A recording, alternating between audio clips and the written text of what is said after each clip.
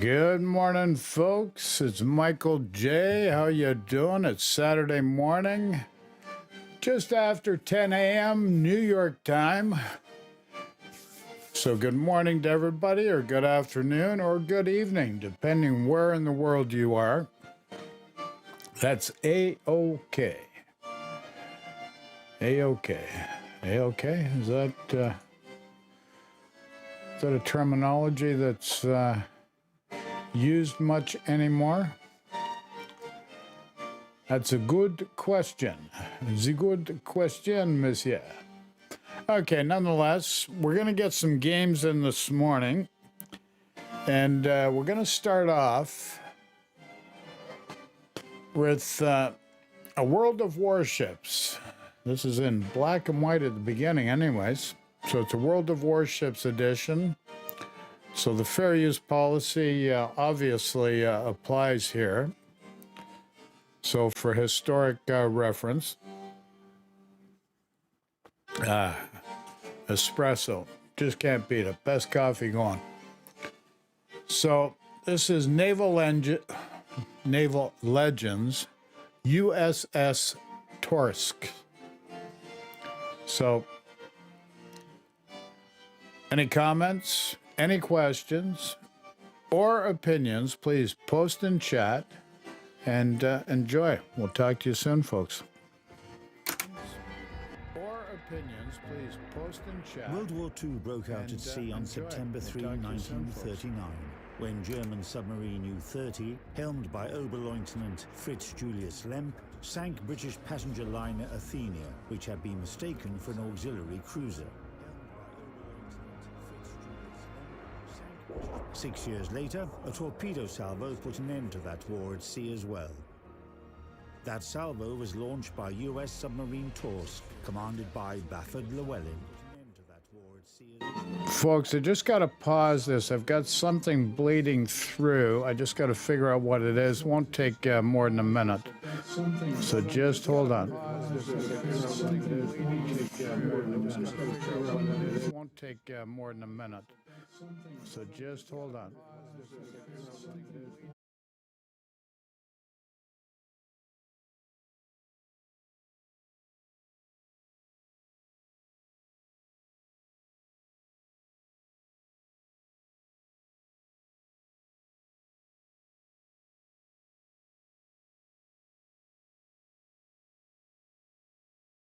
Okay, I think I got it.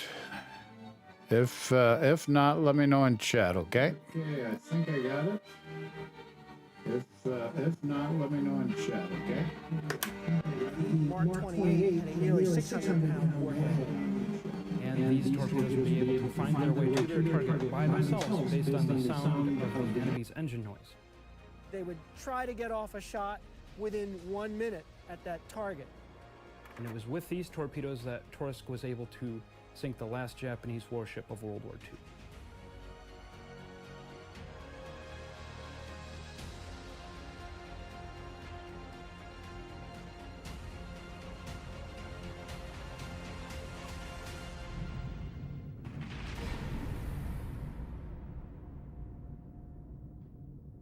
Just going to go off camera for a better viewing experience. American shipbuilders closely interacted with the Naval High Command in order to find design solutions for submarines that would satisfy the needs of the Navy.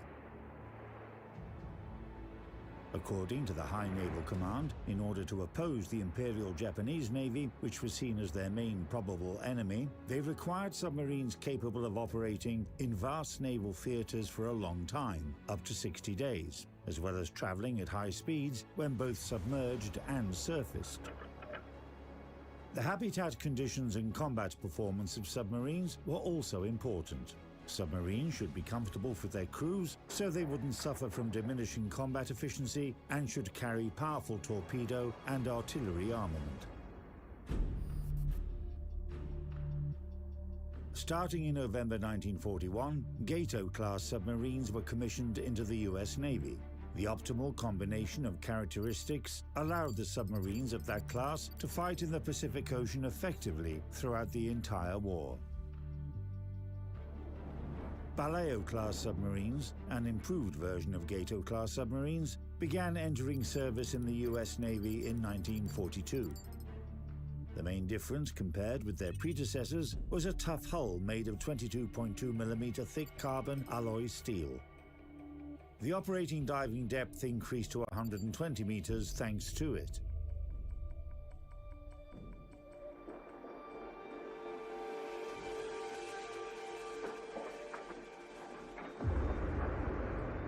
The combat deployment experience of the Gato and Vallejo submarines required another upgrade of the project that eventually became Tench, named after the lead ship of the series. The new submarine class utilized low-speed propeller electric motors that allowed the engineers to get rid of excessively loud gear reduction units. Rearranging the main ballast tanks enabled an increase to the cruising range and torpedo capacity. These upgrades were initiated by the Naval High Command, which tended to apply high concealment features to US submarines. The reason behind this was that even though the combat initiative in the Pacific Theater was on the American side, the Japanese anti-submarine forces remained very strong.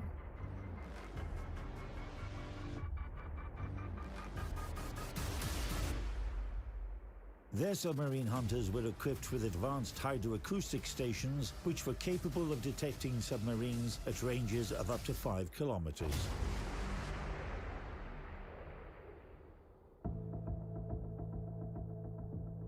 Specifications of submarine Torsk 1944. Length 95 meters, beam 8.3 meters, mean draft 5.2 meters, displacement submerged 2,415 tons. The submarine belongs to the double hull type, except for the aft end, which had a single hull design. Maximum diameter of the pressure hull, almost 5 meters. Pressure hull thickness, 22.2 millimeters. The submarine is divided into 8 compartments. Compartments 1 and 8 are torpedo rooms. Compartments 2 and 4 are battery rooms with living accommodation. Compartment 3 is the control post with the conning tower above it. Compartments 5 and 6 are engine rooms. Compartment 7 is an electromechanical room. Armament: 10 533mm torpedo launchers. Ammo capacity: 28 torpedoes. The torpedoes that Torsk carry were the Mark 27 and Mark 28 acoustic homing torpedoes. These are different than the Mark 14s because the Mark 14s were basically plot a targeting solution to your target, fire them, and hope they detonated on impact. With these were a lot more deadly. Each of these torpedoes was equipped with an acoustic homing sonar that would allow it to be able to home in on the enemy's engine noise. Artillery armament: 127mm Mark 17 gun, 40mm Bofors anti-aircraft gun, 20mm Oerlikon anti-aircraft autocannon. The gun crew would be the first members of the ship's complement to be out on deck, and they would try to get off a shot within 1 minute at that target. And if they were good, and if they were lucky, that shot would hit the target, take it by surprise, and take out that enemy vessel. So battle surface was one of the types of tactical evolutions that submarine crews trained for when Torsk was first commissioned in 1945. Propulsion: 4 Fairbanks Morse diesel engines with total power of 5,400 horsepower. 2 General Electric engines with a total power of 2,740 horsepower. 2 groups of accumulator batteries with 126 elements in each. Maximum speed: surfaced 20 knots, submerged 8.7 knots. Operating diving depth 75 meters, calculated 120 meters. Cruising range 16,000 miles while surfaced at a 10-knot speed. Endurance 75 days. Crew 81 persons. What about the men in a submarine? What can they do? There are 2 chief means of escape from a sunken submarine: individual, SEA, and collective, the rescue chamber. This film will show conditions in a sunken submarine and how to escape by these 2 methods.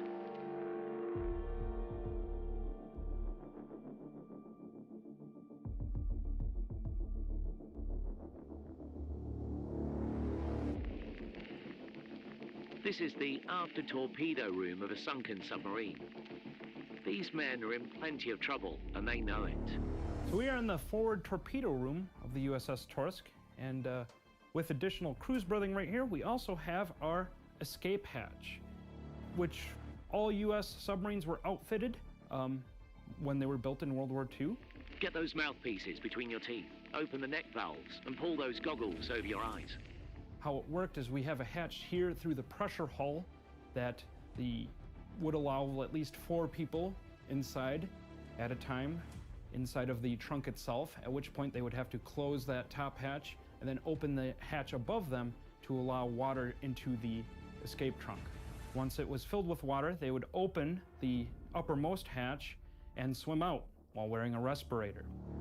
And then they would have to be sure to close the top hatch behind them so that the escape trunk can drain of water and the next group of people could enter in order to escape the submarine. Prepare for individual escape immediately. The first item on the escape bill is to rig the compartment and trunk. Since it's impossible to talk with the mouthpiece between the teeth, the lieutenant must make all his communications by gestures. Here he's signaling for 4 men to break out the inflatable life raft, pictured here. But with a crew of 81 people aboard this vessel was not really a practical way to get people evacuated. Really was just a peace of mind for submariners. It looks like the smartest move is to do nothing, just sit here and wait. All right, men, you're all experts in grabbing sack time. Now is the time to prove it. Just lie down and take it easy. Keep the air as pure as possible. Keep the men resting and quiet, and then wait for the rescue chamber. Fortunately, Torsk's crew didn't have to use that rescue chamber. The submarine was commissioned in December 1944, and she went for her first combat raid on April 15, 1945. Torsk's first war patrol, which was largely on lifeguard duty, was close to Tokyo Bay and on the eastern side of the big island of Honshu.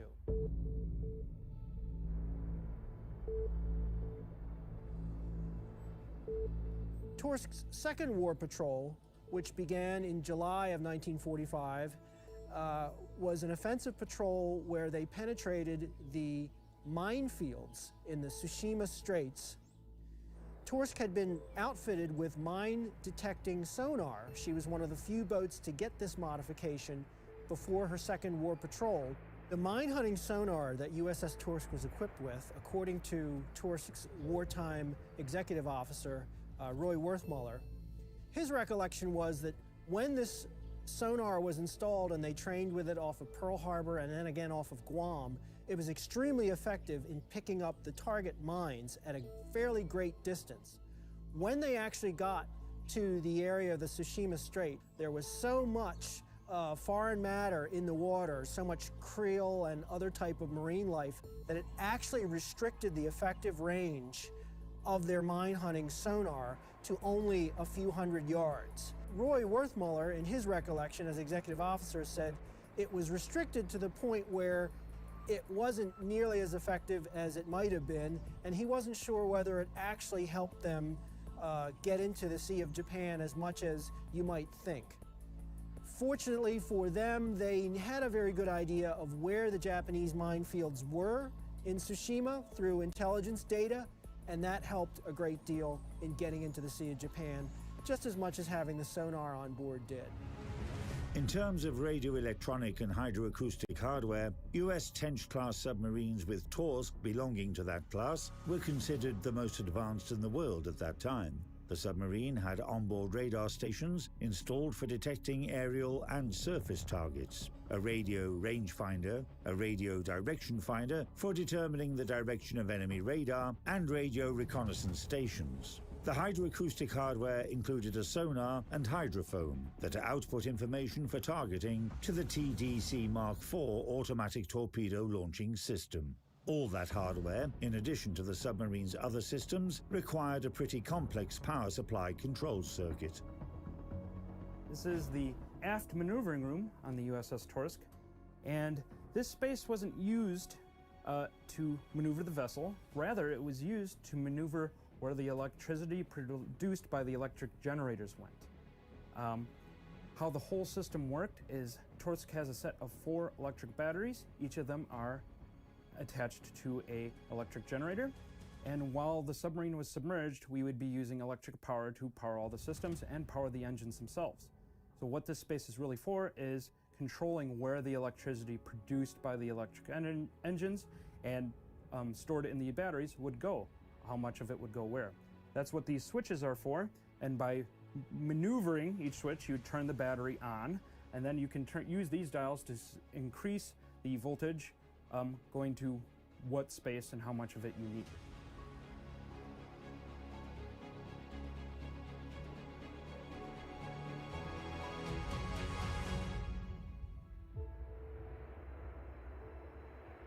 On August 11, 1945, after Torsk had successfully avoided the minefields in the Tsushima Strait, she spotted several Japanese civilian sailors floating on the wreckage of a ship that had been destroyed earlier by US aviation. They had spent around 4 days out on the open sea, were suffering from sun exposure, and were very exhausted. Torsk surfaced, and they were able to send a rubber boat over and bring those six of those Japanese prisoners aboard immediately. A seventh, who was very reluctant at the time, was eventually coaxed to come aboard the vessel.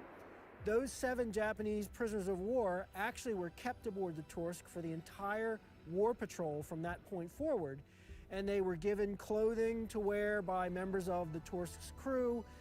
They ate their meals along with the Torsk crew in the mess deck. They were given jobs on board like helping with preparing meals or cleaning or polishing brightwork.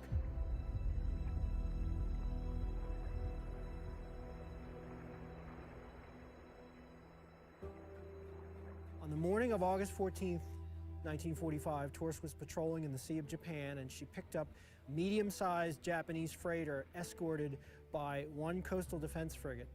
She fired a Mark 28 acoustic homing torpedo at the escort, which hit the escort vessel and sank it. The freighter then escaped into a nearby port. Later on, around noontime on August 14th, a second Japanese coastal defense frigate, this was frigate number 47, came out looking for this American submarine, which had torpedoed the other frigate. Torsk's captain, Commander Llewellyn, fired a Mark 28 acoustic homing torpedo at that vessel, then went into deep submergence, waiting for the explosion. They were afraid that when they didn't hear the explosion that the torpedo had missed, so they fired a Mark 27 acoustic homing torpedo as well. And both torpedoes actually exploded almost simultaneously, taking out coastal defense frigate number 47. Less than 24 hours later, the Japanese agreed to surrender. And so it turned out that coastal defense frigate number 47 was the very last ship to be torpedoed in all of World War II.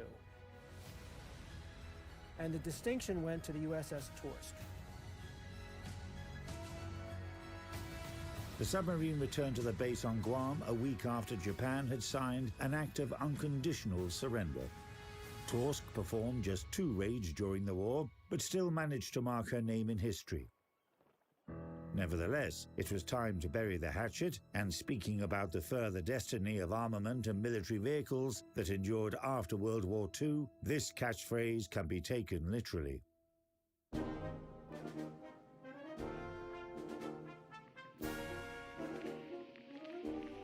Now the vessels are retired, but kept in condition. Hulls are sandblasted to receive a special paint against corrosion. Below, engines, pumps, air compressors, steering and diving motors are put in perfect working order. Later, the submarine is sealed against air. Deck guns get a coating of special plastic, a cocoon which is airtight and moisture-proof. If needed again, these submarines can be ready in 10 days.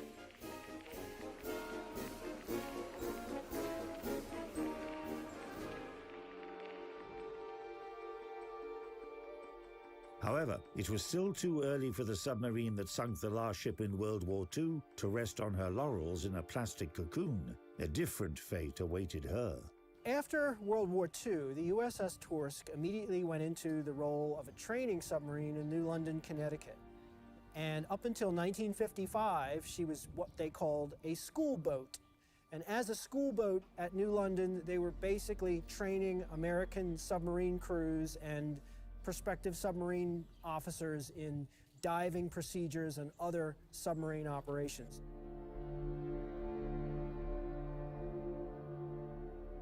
The Navy had many submarines like this that were still basically brand new. After World War II, the Navy had required a lot more from their submarines. They wanted submarines that could dive deeper, move more silently, and have a greater endurance than those in World War II. They wanted to be able to carry on the same missions that modern submarines of today use, like carry ballistic missiles. So the Navy had instituted the Guppy Fleet Modernization Program to basically keep these boats updated. The Guppy program presented an effective means of adjusting the available submarine fleet to the changing conditions of naval warfare. For a relatively small price in the 1950s, the US Navy received 74 submarines that corresponded to the requirements of that time. Together with a small number of diesel-electric submarines of a new design, these submarines formed the core of the American submarine fleet until mass commissioning of nuclear submarines commenced at the beginning of the 1960s.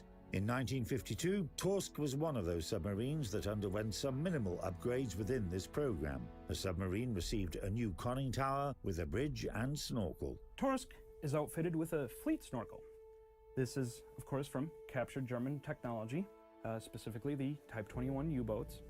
And like a snorkel for a person, this allows the submarine to breathe while submerged. Torsk is powered by diesel engines. So what the snorkel is it allows air into the submarine while it's still submerged. Big problem with this system is that it's a big pipe just behind our periscopes, and the water is able to get in because it's a big hole into the boat. So to prevent that, we have a rubber ball that is fixed into the inside of the snorkel, and when the waves come up, pushes that rubber ball inside of the snorkel, preventing water from getting in.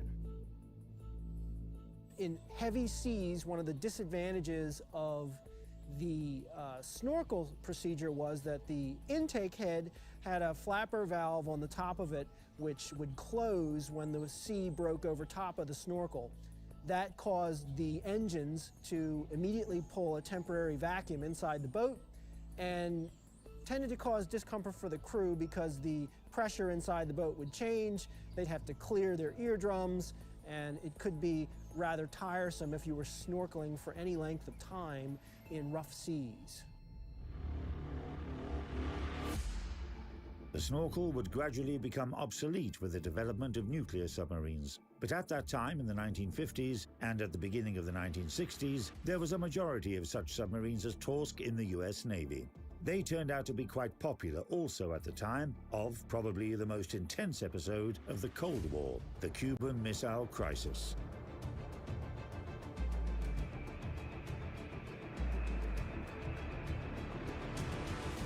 In October 1962, Torsk was part of the forces that blocked Cuba. The submarine found herself at the confrontation frontier between two superpowers.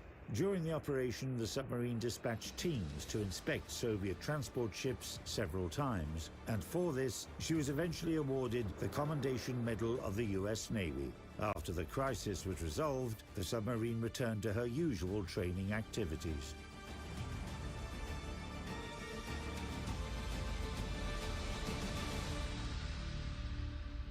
My favorite Torsk story was from 1964, when she was a part of war games in the Pacific. And by that time, Torsk was showing her age as a World War II submarine. And they had a big meeting before the war games with all the captains of all the prospective vessels that were going to be participating, and they gave Torsk's captain a lot of grief. There's no way you're going to get close enough. We will hear you. You're in this rickety old World War II submarine. So the captain leaves that meeting without saying a word. The war games commence, and how Torsk would show that it fired its torpedo at its primary target, which was the aircraft carrier USS Forrestal, was they would launch a poof of purple smoke that everyone would see, so they'd know that a torpedo had been fired at them. The entire war games go through, and there's no poof of purple smoke. So they have a big meeting again at the end, when the captain of Torsk shows up with a big manila folder in his hands. And once again, all the other captains gave him all this grief. They're like, oh, you never got close enough, you didn't even try. we would have gotten you had you tried again. All he did is take this manila folder and throw it down on the table in front of all these captains. And in the side of that folder was a picture of the USS Forrestal, like right off of its bow. And it was totally a mic drop moment, and the captain at Torsk just turned around and left with everyone else in shock.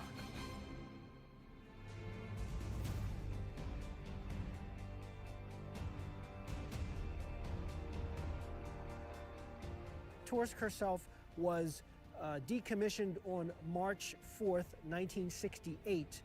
She had compiled at that time a very impressive record of 10,668 career dives, a record number of dives mostly attained from her role as a training vessel, where diving was a regular thing that they did all the time to train diving officers.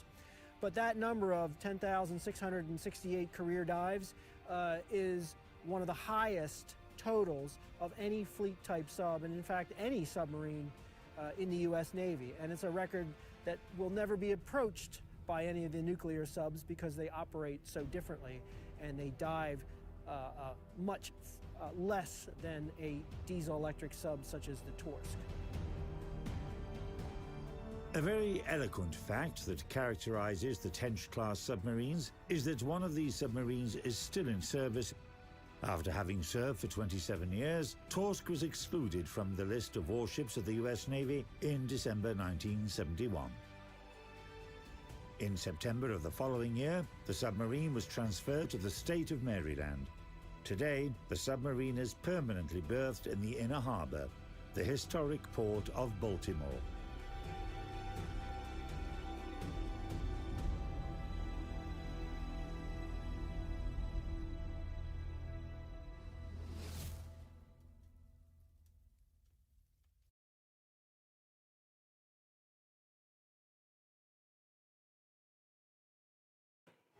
I hope you enjoyed that, folks. That was actually, it was quite interesting. I thought so anyways. So now what we're going to do is we're going to go to Notzer, and what he's done here, and we went over it yesterday morning, two other people, Sea Lord Mountbatten and Potato Quality, and it has to do with the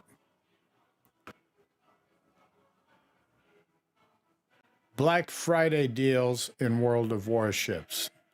He's got he may have a different spin on the Black Friday deals from the other two, Sea Lord Mountbatten and Potato Quality. And let's just see what he has to say. Comments, questions, just throw in chat for now, please. Okay.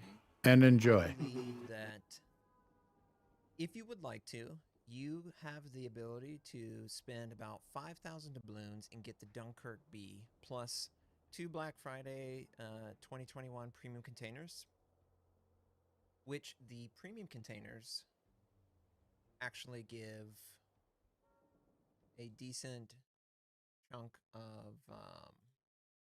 the premium containers give you a 12% chance to have the container drop a ship. So you get 2 of those, and the investment at that point is about 3,000 doubloons. So you can get, 2 premium containers, 10 days of premium account, 2 distant voyage containers, which they have a chance to drop a premium camouflage or special signal flags. You also have a non-premium Black Friday container, but it has a really low drop rate. So if I were trying to get the most out of it, if I was a new player, I think I would go and unlock the Dunkirk and I would buy all of those. The 5,000 and change. You would get a lot of value for it. If you are interested in obtaining certain ships, there's a lot of great ships available. You have Yoshino, you have Palmer, you have Loa Yang, you have Jean Bar, you have the Kaga, Cossack, Alaska B, Scharnhorst, Massachusetts B, Tirpitz, Otago. Those are pretty much the highlight ships to me. They are definitely the highlight ships to me because they are the most effective, and all of them are available. The ones that are on sale, you have Massachusetts B, the Scharnhorst, the Tirpitz. You also have the Cossack, the Kaga.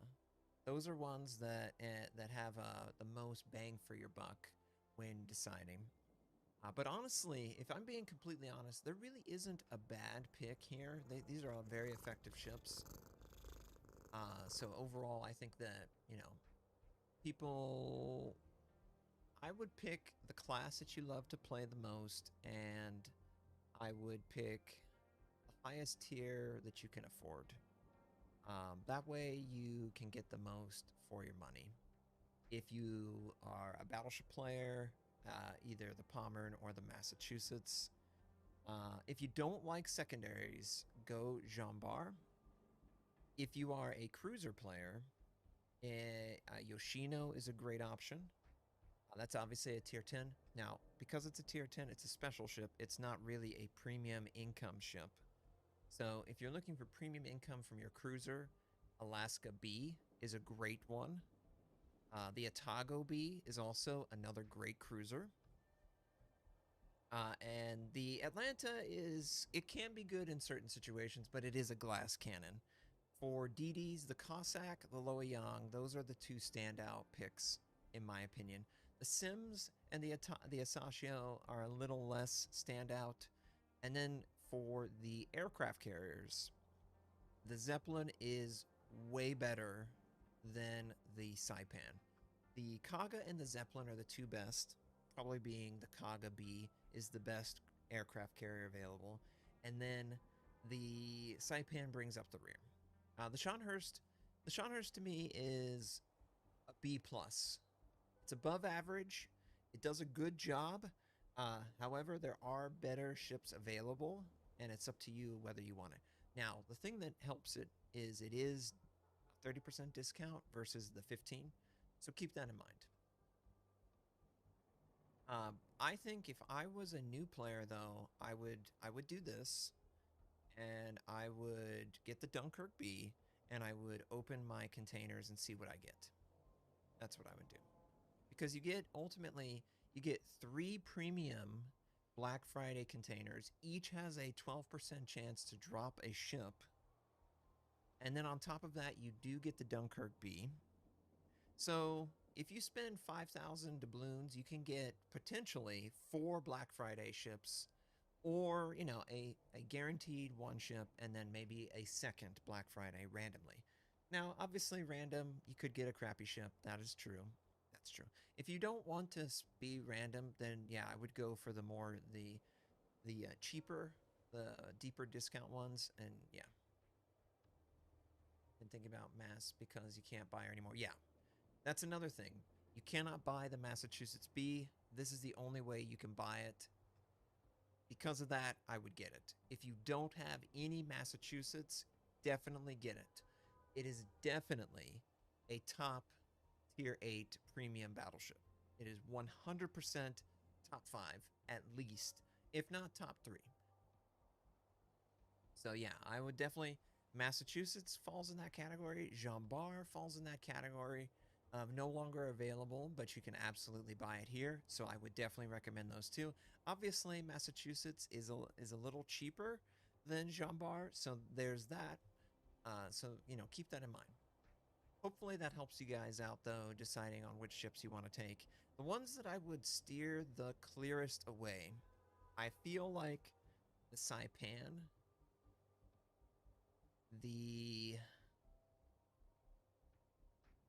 to me, the 3 weakest, it's the Saipan, the Atlanta, and the Asashio. Those are the 3 that are the weakest to me for the amount of money that you spend. The Sims is honestly the weakest one, but it's only 3,000 doubloons, 3,000 and 3,700. So it's honestly pretty cheap, and you can still play it as like a brawler and do quite well in a American DD for that.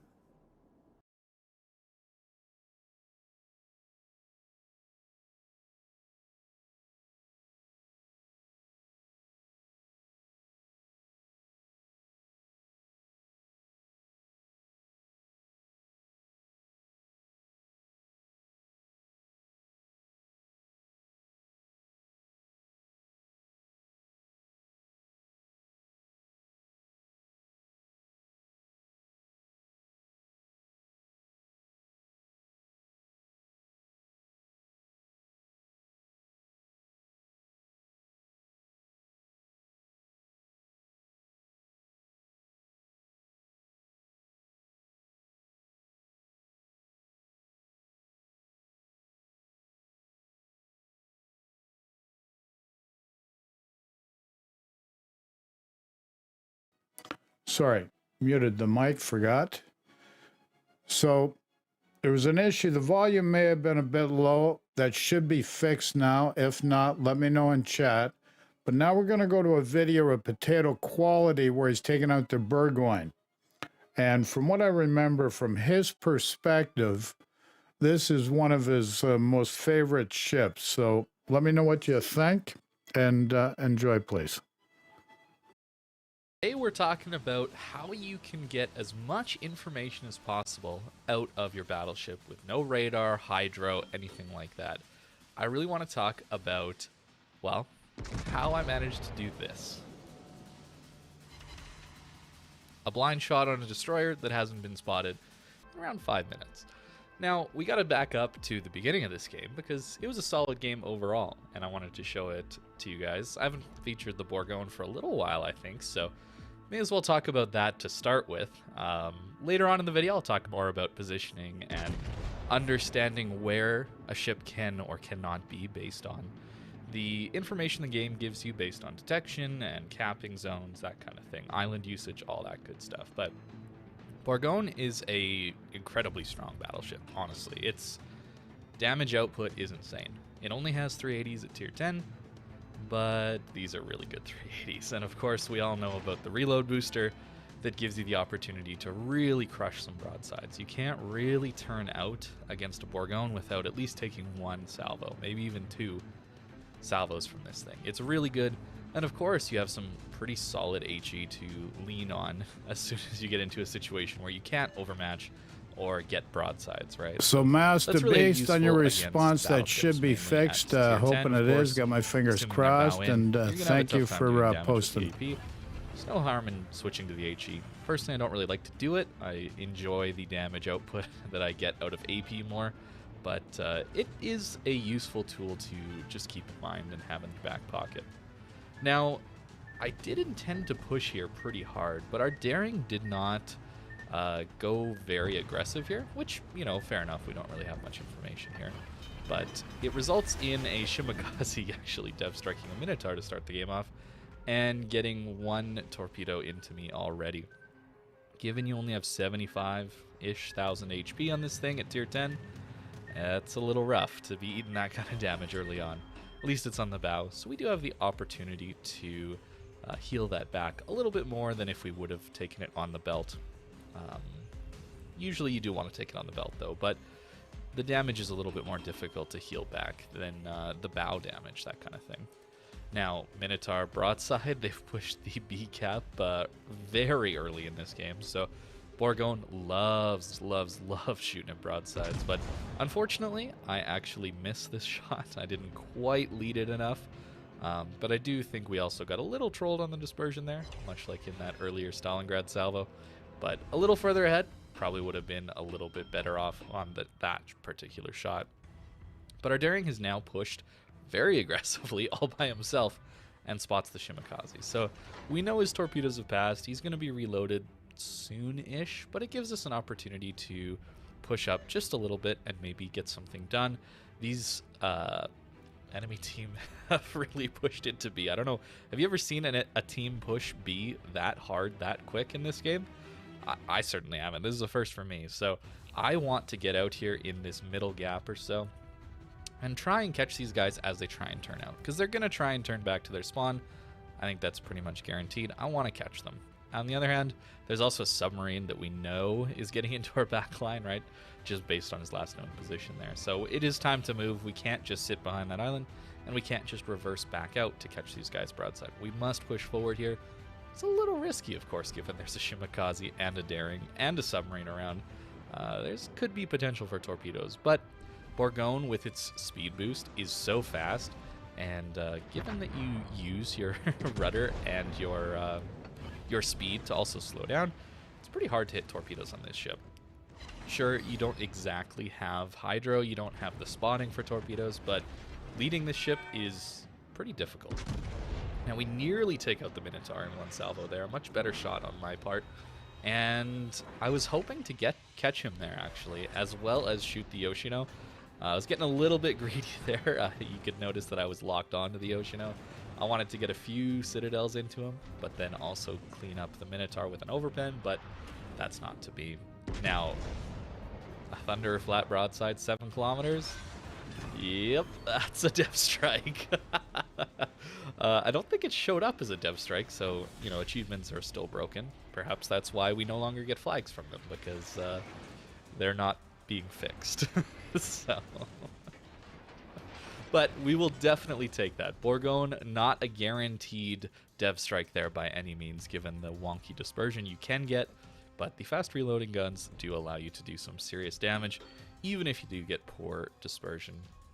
Now we're getting towards the part of the game where we're feeling a little bit trapped in this corner. I gotta say, this is a rough position to be in, given that the enemy team has just decided to push through B and now to really just try and crush us down today. There's really not a lot of resistance by our team as they try and do this push.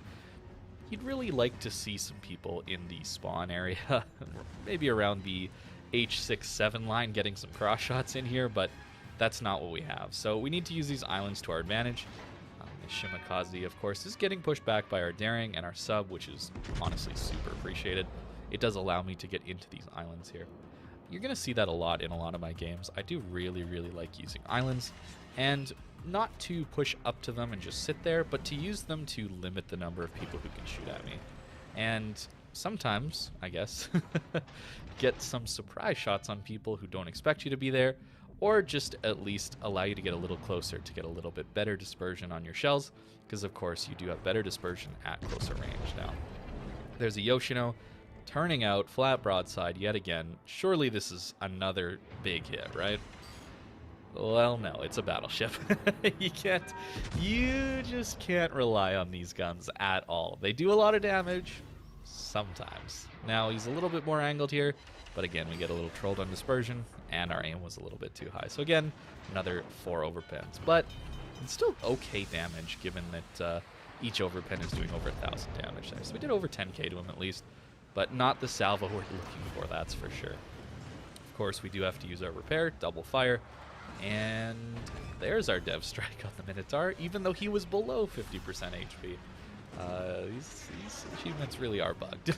I hope they get around to fixing them, and I hope they can give us back some rewards out of these achievements, because I think that was a really cool way of celebrating achievements and getting different achievements in-game. I think it's really cool to give you different flags, different in-game items based on your performance in-game. It's cool. But it seems like we're not going to that anytime soon. Now you're getting into what I wanted to talk about. The reason I showed you that clip at the beginning was so that we can get into this discussion about how do you deal with a destroyer as a battleship, and you're on low HP.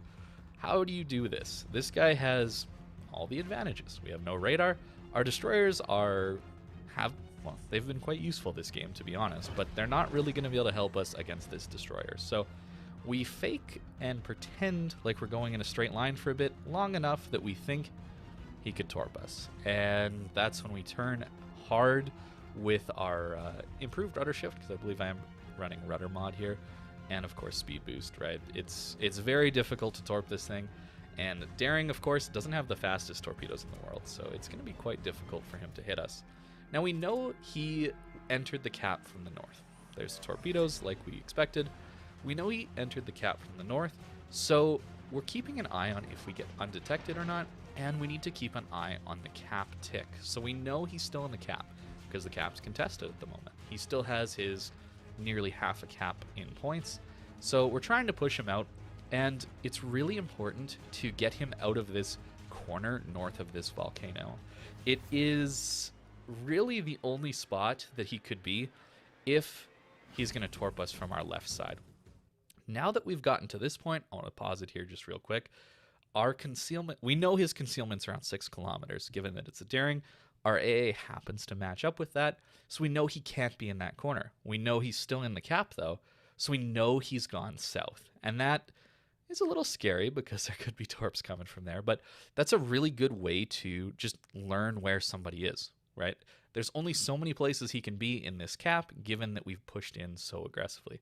We know he's used 1 rack of torps, so we're not too concerned, but it is a little spooky for sure that he is not sending both racks at once and he's staggering them out. That makes it a little more difficult to dodge, but that is why, if you're wondering, I slowed down and turned into him, right? I turned south here. As soon as my AA, or that 6-kilometer range, reached that little corner of that northern part of the cap there, that's why I turned and slowed down. I knew he was south, and I knew that it's possible he would torp me. Now, no torps ended up coming, and he's left the cap at this point. So, Okay, I want to give you a little insight and history in this ship, the Burgoyne. Now, this was originally the Jean Bart, believe it or not. So the Burgoyne, in its present iteration, was originally the Jean Bart. And then they got this idea, well, we'll just slightly nerf it, put the Jean Bart at tier 9, and bring out the Burgoyne, which was the original design for the Jean Bart, call it the Burgoyne, and have it as a premium ship.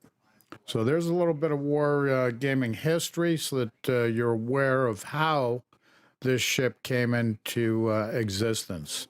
Let's go back to the video. Comments, questions, throw in chat, please. we know that he's gone south somewhere. It's possible he moves up around this island. You know, he could take a route into our spawn and then come back up towards B, that kind of thing. But we would know that based on our detection. I think that this submarine isn't too close to us at the moment. So, you know, it's a bit of a gamble, but us still being detected gives me the thought that this destroyer has gone really far south and is maybe trying to wrap around the J line and come up behind us, that kind of thing, torp us from that side, maybe even get the cap again. So that's my thought process on where I think he is. And you notice this entire time, I'm constantly varying my throttle and my rudder here. Submarine ends up being in our detection range, but he wouldn't have been in our detection range for too long, given that we have 13.2 kilometer concealment, which is pretty good, honestly. That submarine was probably outside our detect, so I do think our logic was sound to consider where this destroyer was. Do we get any hits? And we get a few hits with our airstrike, which is quite nice. Of course, destroyers have a tough time killing submarines because it's so hard to push into them, but in the late game they can certainly do that. But really, as a battleship player, you do want to be keeping an eye out for those submarines. Your airstrikes are some of the best way to do damage to submarines. You just have the unfortunate inability to spot them. So when your DDs, when your cruisers, CV spots a sub, you should be on that airstrike as soon as you can. It's very, very important. Some more torpedoes come past, and we know based on the angle that he is in fact wrapping around behind us. Now again, we know his concealment is around 6 kilometers of concealment. So what does that mean? That means that we can actually put our AA range, which is 6 kilometers, right on the border, and we know he can't sneak past us then. So we know he has to be moving towards the J1 square, somewhere in there, wrapping around the cap. He's not in the cap because the cap is not being contested, and so then we can just bow into him. We know basically where he is, so the torpedoes aren't that scary. I mean, I know Daring has the single launch torps, but that'd be pretty greedy, and we are still varying our speed and our direction, so we shouldn't eat the Congo line of death, right? We should be okay against that. And all the while, we're stalling this DD, making him essentially a non-factor in this game while we assist in our teammates taking out the rest of the enemy team, who, again, they push B very aggressively.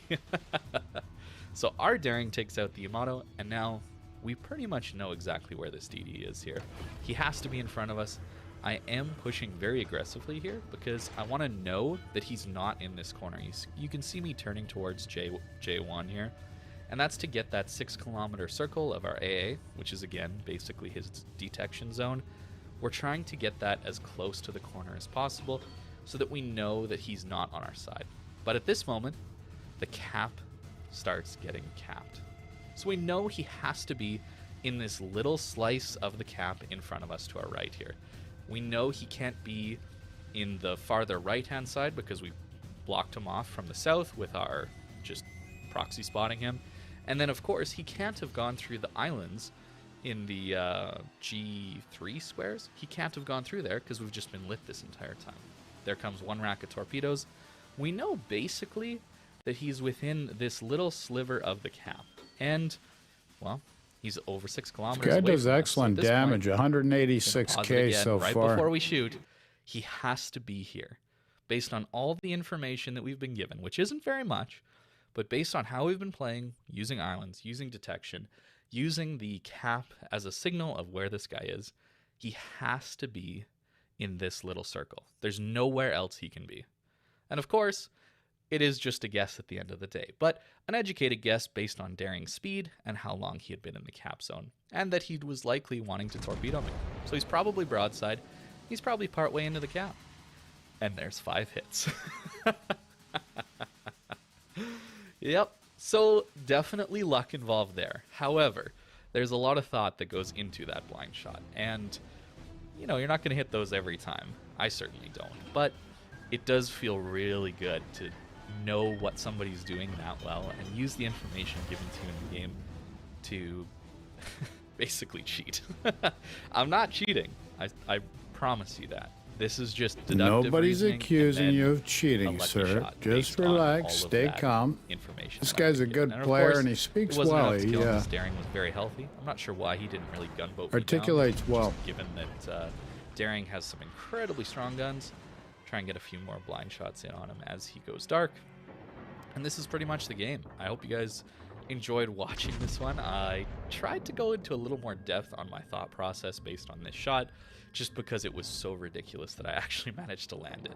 I take these shots a lot, but don't actually often land them. So for the one time Gonna take in him out, yeah. 20, 30, 50, 100 that I land it, I figured I should make a video talking about the thought process on how to Sweet deal with mother the of DD pearl. in some of Yeah, these good game, one-on-one but scenarios. 200k, Every it's situation is excellent. different, of If you course. can do it, You can't do do this it. every time, but in this Okay, credits for 705,000 in that game, which is pretty friggin' decent.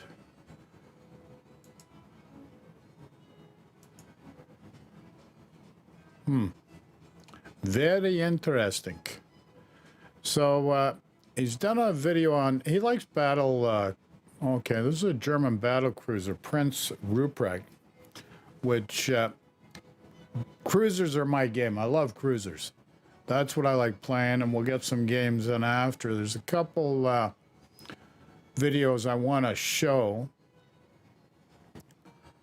But first and foremost, let's go back to Potato Quality, because he posted on November 18.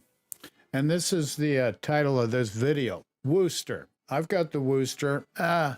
We have somewhat, it's the way I've got it outfitted is for just certain scenarios. It's not my type of cruiser because I'm a run and gun type of player. So I like to be out in open water, on the move all the time, and working it that way. So Wooster, I've got it set up quite differently and have to alter my game style in order to make it effective for me. But let's see what he's done. He states in the title, my favorite cruiser in random battles. So let's see what he's got to say about this ship.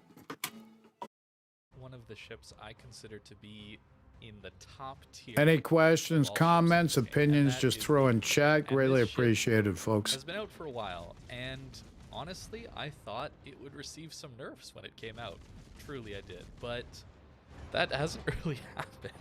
So this ship is just insane, and it really comes down to the fire rate and the ability to slot IFHE, so then you pen 32 millimeters of armor.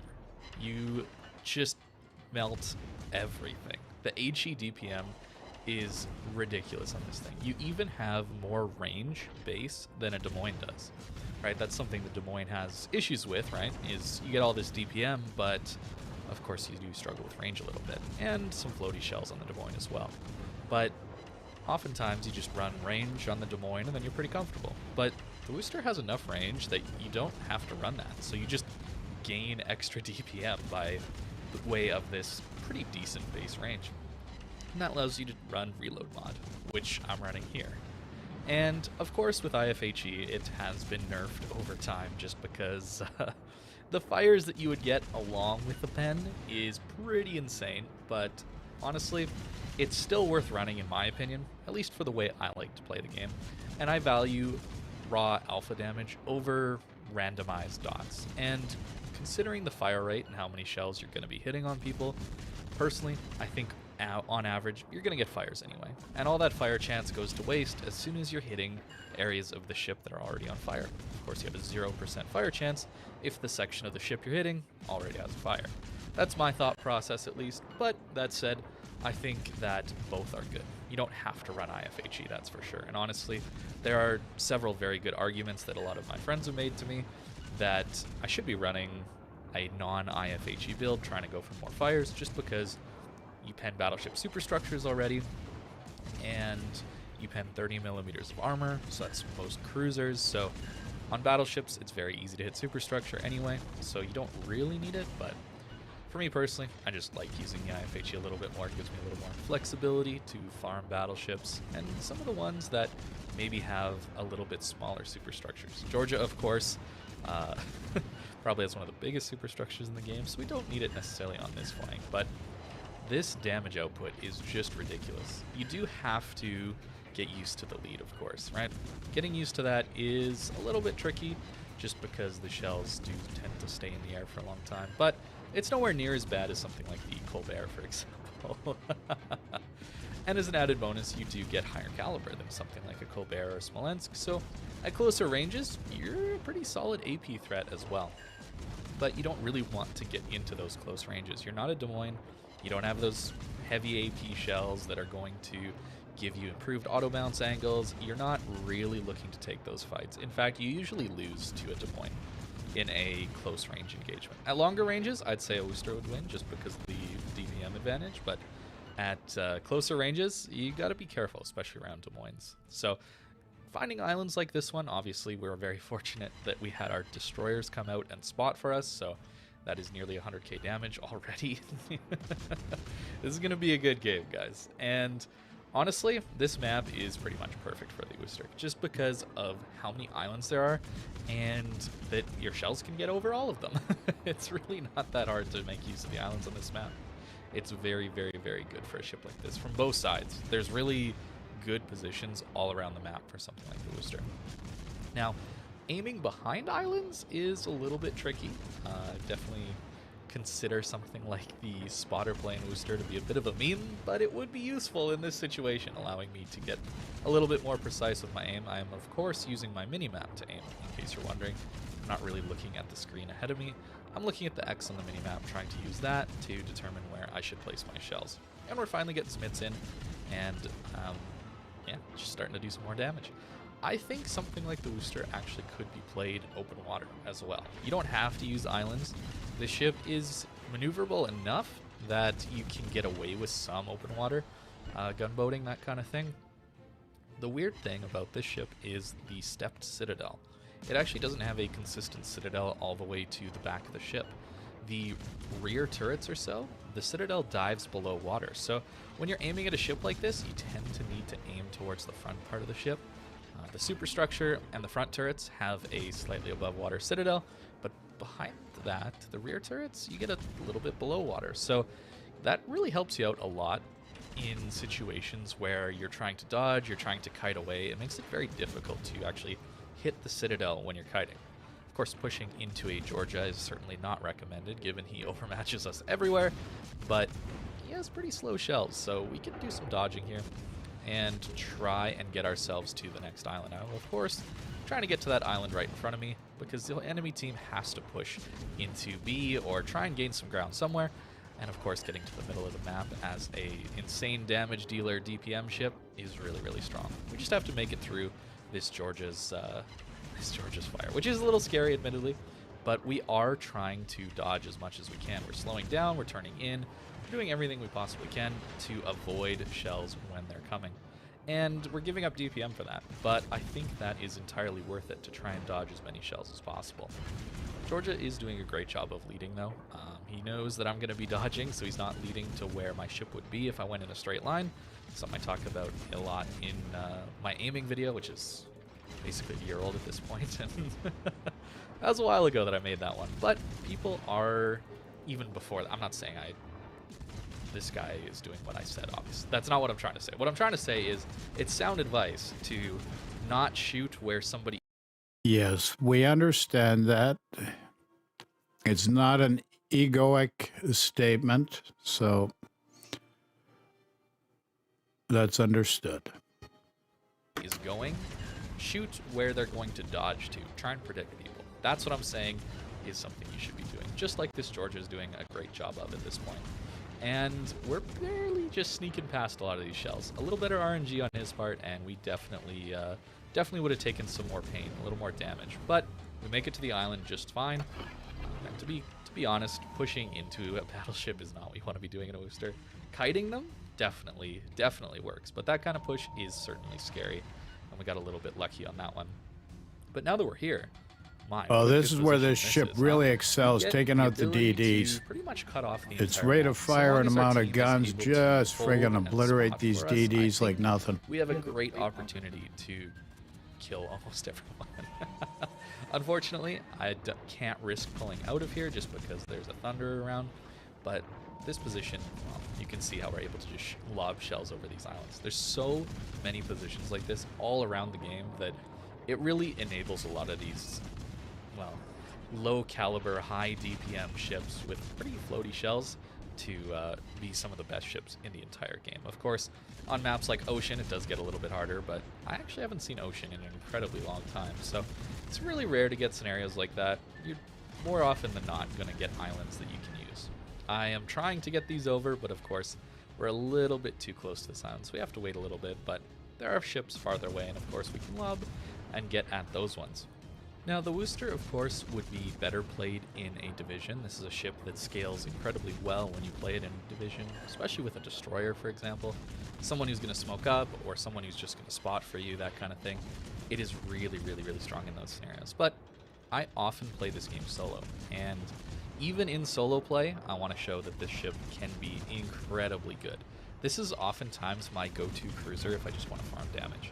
Even though there are better ships, maybe, that farm more damage theoretically, something like a Henry or Colbert or Des Moines, that kind of thing, I just find this consistent DPM, this consistent damage that's very easy to use, easy to get over islands, is just good in more situations. I don't have to look for the right scenario of people pushing into me. I don't have to look for the right islands, that kind of thing. I just find this ship incredibly good across most maps and most situations in the entire game. So that's why I tend to, I don't know, go towards this thing when I'm trying to farm damage, or I'm trying to play a cruiser just to torture some battleships, let's be honest. That's really what you're doing when you're playing some of these HE spamming cruisers. And what do we got? We have a Musashi, and this guy is going to get torn up because Musashi, like Yamato, has a 32mm upper belt armor. So, of course, we're going to shatter on the 57mm deck. But as long as we're aiming for the 32mm parts, the bow, the stern, upper belt, and of course the superstructure, we're going to get some pretty insane damage. All we need is spotting. Like I said, is if you can get someone in your division to spot for you, this thing is awesome. And of course, I mean, not recommending you division with carrier players. We don't want to associate with those. That's a joke, by the way, but there's a small truth to that. You can div with carrier players, obviously, and do incredibly well just because the AA on this thing is really strong when you have defensive fire up. Of course, it's not going to be perfect all the time, but you're at least not going to be the first target of the enemy CB. That's for sure in a ship like this. In the old days, this ship, of course, would have shredded a ton of the RTS carriers' planes, full squads, entire strikes could not get through this thing. And that was definitely used quite well back in when I was playing Kings of the Sea in RTS carrier days. We had a lot of fun with that one. Trying to send people in, create all these anti-AA zones, anti-plane zones, that kind of thing. It worked really well, but now it is just decent AA. It's not as insane as it used to be, but still good, still very good. And of course, the damage output has not changed at all. So this Musashi getting absolutely roasted. We do have to be worried a little bit about his salvo here, but we're pretty angled, and of course battleships just suffer from horrible dispersion, so we're not really that worried. If he hits our belt armor, it's going to bounce or just overpen. like that. And if he aims for our bow citadel, it's very unlikely he'll hit that just because it's a battleship, right? So we're not terribly scared in that scenario, at least considering we can duck behind an island. I wouldn't want to sit out in front of this guy forever, but I can manage a single shot or two, that kind of thing. Taking out the Musashi now, we're up to 223,000 damage. We finally get our first kill. And we're still losing this game pretty much, right? We're down on 223,000 is actually map friggin' position, excellent. down on spotting. Very, We're up on very points good. for now, but yeah, it's not looking so hot. Our team is kind of pinned in a pretty rough spot, so we're probably going to lose our Freddy here soon. And of course, the Shima in our back line is a very rough thing to deal with. I'm hoping to just support this Cossack. I'm not going to push out here. I'm looking for ways to impact the game a little bit more, get my damage output on a little bit easier. So I'm hoping this Cossack does dodge the torpedoes, and I'm hoping he goes and spots the Shima. That's really what I'm looking for. Whenever you have DDs around on your team, on your flank, you do want to take a break from all that farming you're doing of battleships and try and help them win their fights, because assuming they can spot for you, that kind of thing, you're definitely going to have more success in a lot of games. And speaking of the Shima in our backline, that is a double strike. So now we're pretty much left alone with a Cossack for help, and he does spot the Shimakaze. So we need to try and help him with this fight, and unfortunately our radar is on cooldown, so we're going to try and blind fire, of course. This is something you should be doing. It's very annoying for DD players, but you should be trying to blind fire DDs as much as you can. Do as much damage as possible just because they're so impactful. And, well, there goes our Cossack. So now we officially are left alone. So solo warrior opportunity. He is on his own, boys. He's on his own. Guys. This is a loss for sure. But we've got 223k, and I think a great showcase of what the Worcester is capable of. And now all that's left is to just YOLO out and try and get as much damage as we can. Here I'm very much hoping that the entire rest of the enemy team is behind this island to my left. That's why I'm going to try and hug the island close and try and take this 1v1 with the Thunderer. Again, the ship does take damage. You do get overmatched, but I mean, assuming you're wiggling and angling, it's going to be really difficult for a battleship to citadel you. But unfortunately, the Georgia actually stayed. He came back, so now we are definitely caught in a crossfire, and we are definitely dead. But we're getting a lot of AP damage out before we do die. So that's 250k. We got, what was that, 25k into that Thunder before we died. That's pretty solid stuff, considering we only had to shoot him for like 20, 30 seconds, that kind of thing. Unfortunate loss, but hey, those happen, right? It's an online multiplayer game, and I'm not in a division. As far as the build that I'm running on the Worcester, this is what it looks like at the moment. I am trying to get as much damage as I can. So we're actually taking heavy HE, we're taking IFHE, like I talked about earlier, AR, concealment, we're taking consumables enhancements, trying to get more time on that radar. It's a very strong thing to get and on gun something feeder. That fires so quickly. Oh right? no, incoming fire alert. Radar, and I cool. am taking incoming fire alert. It's nice for when you're really just tunnel visioned on farming a battleship and somebody tries to cross map you. You just get that early warning. I think it's a bit of a gimmicky. Okay, let me know what you think in chat, folks. Actually, he's a good player. Plays very well. So he's got a video came out on the 16th on Prince Ruprecht, which a ship that interests me. We may entertain that a little bit later in the stream, but I'm going to start up the game client. And let's get a couple games in.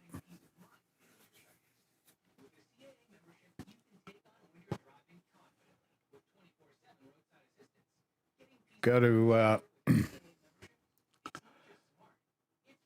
we got naval battles going on. Today's Sunday, and I haven't done any for the clans, so I've got to look at how I can help there and see how it fits in with the ships I'd like to showcase with anybody watching right now.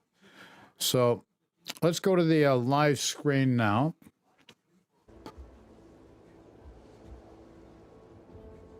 And of course, you have any questions, concerns, opinions, please just post in chat. Any issues with the audio or the video, let me know, because I've done a ton of changes.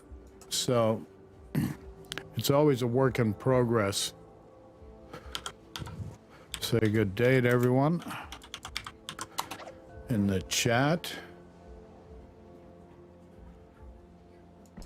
Okay, so we got the MOSFET. So I got to check naval battles here. Let's see what I can do to help the clan. Now, naval battles are we're in good shape, so don't have to do too much. Double bonus for French cruiser. Cool. And also Japanese cruiser. Okay, so if that's the case, let's do the Yoshino. See if we can get a good game. A lot depends on the team. Let's just cycle down. Cycle down. Where art thou? Where art thou?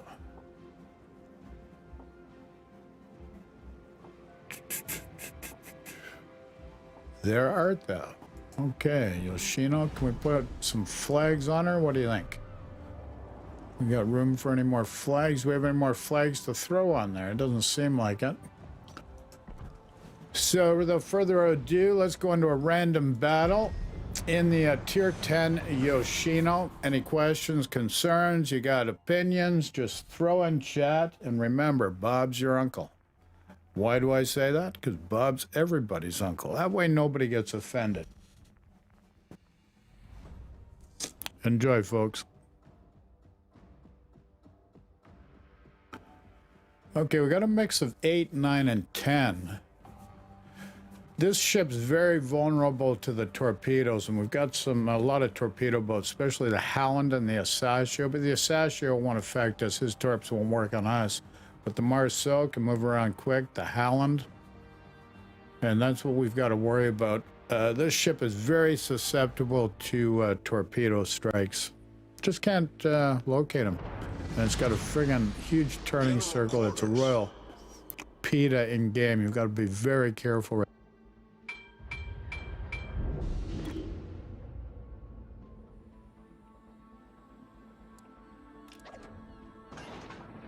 So I just posted in chat, going to see, let the teammates know. Hopefully we got a good flank on the starboard and the port side. Hopefully guys understand how important flanking is to create potentialities to derive a win. That's what it's all about, folks. You want to win, but the most important thing about this, you just want to have fun. Some guys just take it too friggin' seriously. You put pressure on yourself to try to get damage or something else, but you know, just play smart, have fun, help your team, and remember, if you're dead, there's a you know, when you're dead, there's a high chance that you're not going to win. So staying alive is very important. Survivability rate, I think, is more important than win rate, especially with the meta as it is right now. Teams are wonky. Guys will do some strange things. Got to remember, we've got like normally 12 guys. We don't this time, but you normally have 12 guys, and everybody's got a different viewpoint of how to play this game. Take a lucky blind strike on that Wichita. I don't know if it's going to work, but we'll see. So we got 50, under 50 seconds now for our torps to be ready. Great torps on this thing, great distance. Of course, we got somebody shooting here. We might just run into them. No, they're gonna run short. Okay, cool. Coolio. See if we can get a shot in this Pommern.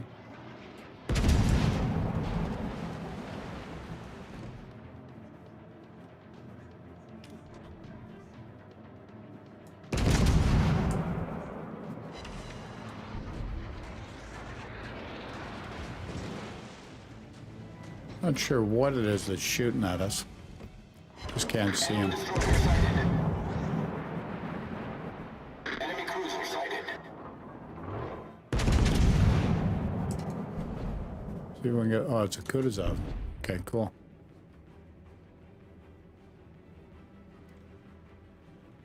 We should be swinging out the other way, but what are you gonna do? We got one fire going. There's the Yoshino.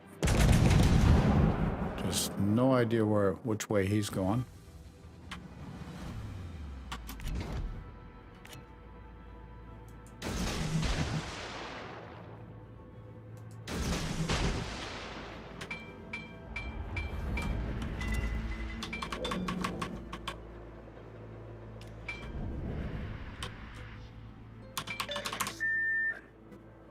Okay, we're going to take this time to swing our guns around. Turrets are very slow on this ship. Turning circle is huge. Turrets are very slow. And you really have your most vulnerable turning in this ship.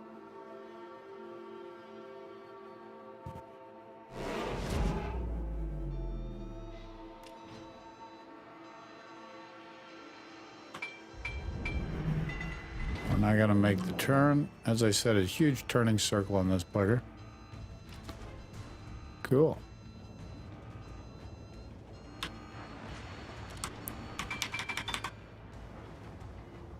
Okay, Asashio B's there. I just can't get a shot on him. I could have gone around, but if I went the other way, I put myself into a bad position to get friggin' nailed by this Palmer.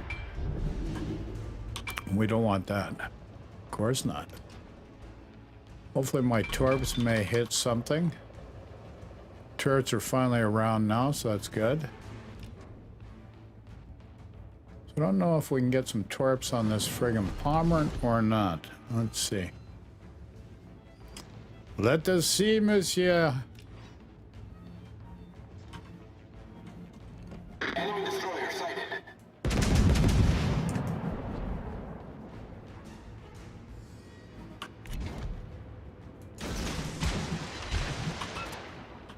Hopefully my, crap.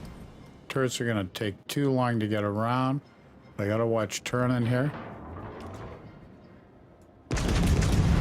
He's friggin' switched gears and going forward. Can't get him. Oh well. Not much you can do, folks. Not much you can do.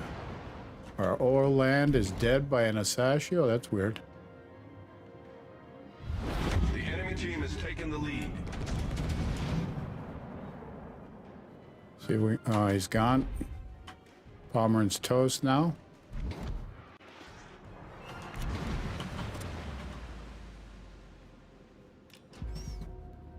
See if we can get some hits on the Yoshino.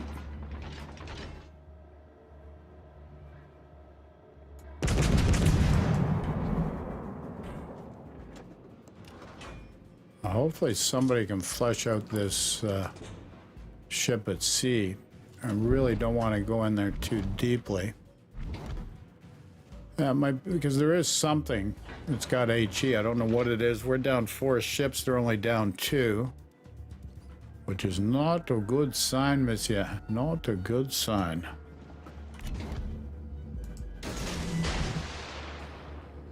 Should we gamble? Good question. We got a Yagumo here. I got to try and protect him. Got full health, so that's good. Okay, there's the Kutuzov.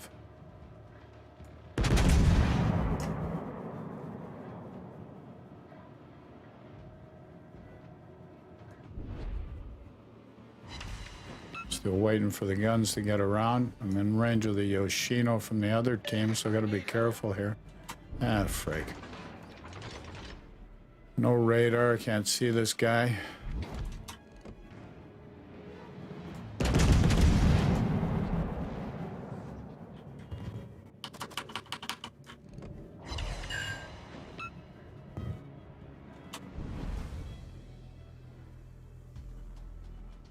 We get around.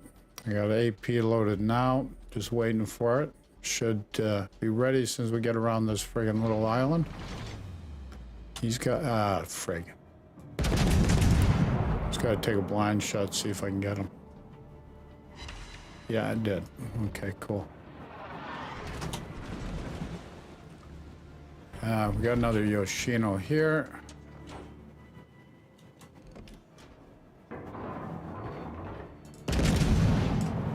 Whoopsie.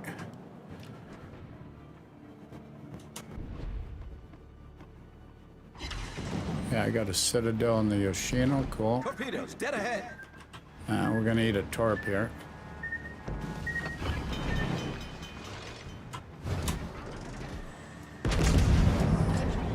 Problem solved, sir. Got some good damage on the Kutuzov. Like to finish him off.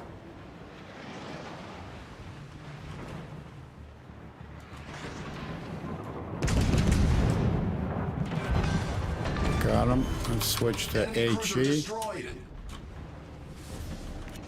No torps there. The ship is on fire. I'll wait for HE to load up. See if I can see where this guy may be. Okay, cool.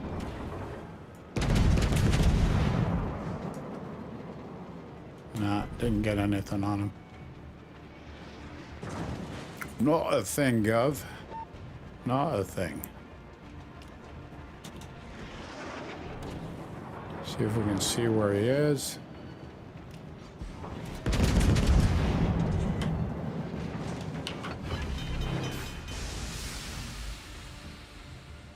I got a hit on him. Problem solved, sir.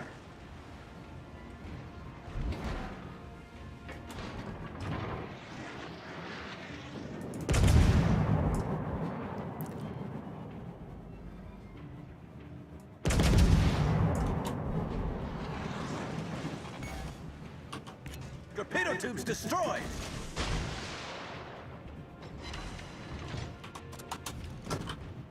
Here we go.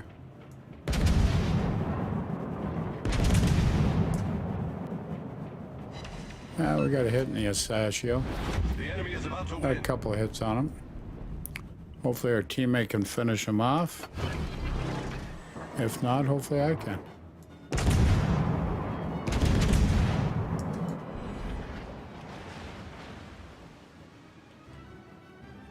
What's this? I'm the only guy left? Holy crap.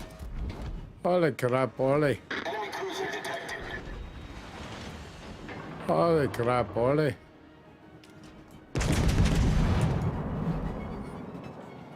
This is not looking good, folks. Not looking good. As I said, you're pretty much dependent on your team here.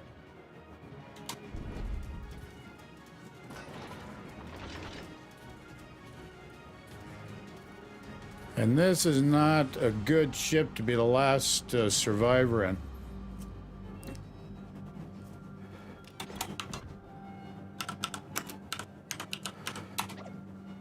But yeah, we've got only 65 points. They've got 834, so you know what's going to happen here. Plus, they got all the caps. Come on, baby. Destroyer detected. Torpedoes, direct front. Now we're going to eat one. Hull breach. We're Come on, taking on baby. water quickly. Let's load them up. Enemy destroyer detected. Problem solved, sir. Torpedoes, direct front. We're hull below the the water kill. line. We're flooding quickly. I'm going to flood out. Game over, boys. I'm flooding out. Game over. Not much you can do. Not much you can do.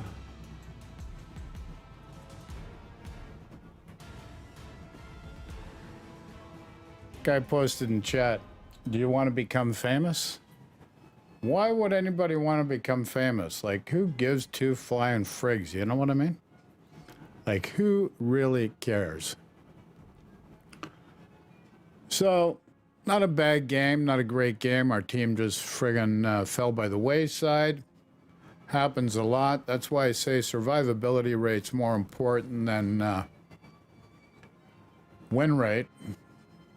You're going to get guys that friggin' stat shame you with win rate in game, so don't let it bug you. Just relax, find your niche, find your spot, get comfortable, and just enjoy yourself. That's the most important thing you can do. We came number 1 overall. Not a great game overall because, you know, the team effort was lackluster at best. So let's go back to port. Okay, folks, so what I'm going to do right now, I'm going to take a 10-minute break. What time is it now? Okay, we got enough time for another game. 10-minute break, gonna have a smoke. Maybe fit in 2, depending how quickly I puff them.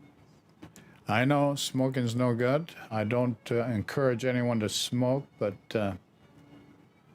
what can I say? So questions, comments, just throw in chat. We'll be back after, and we'll go in game. Enjoy. Talk to you soon.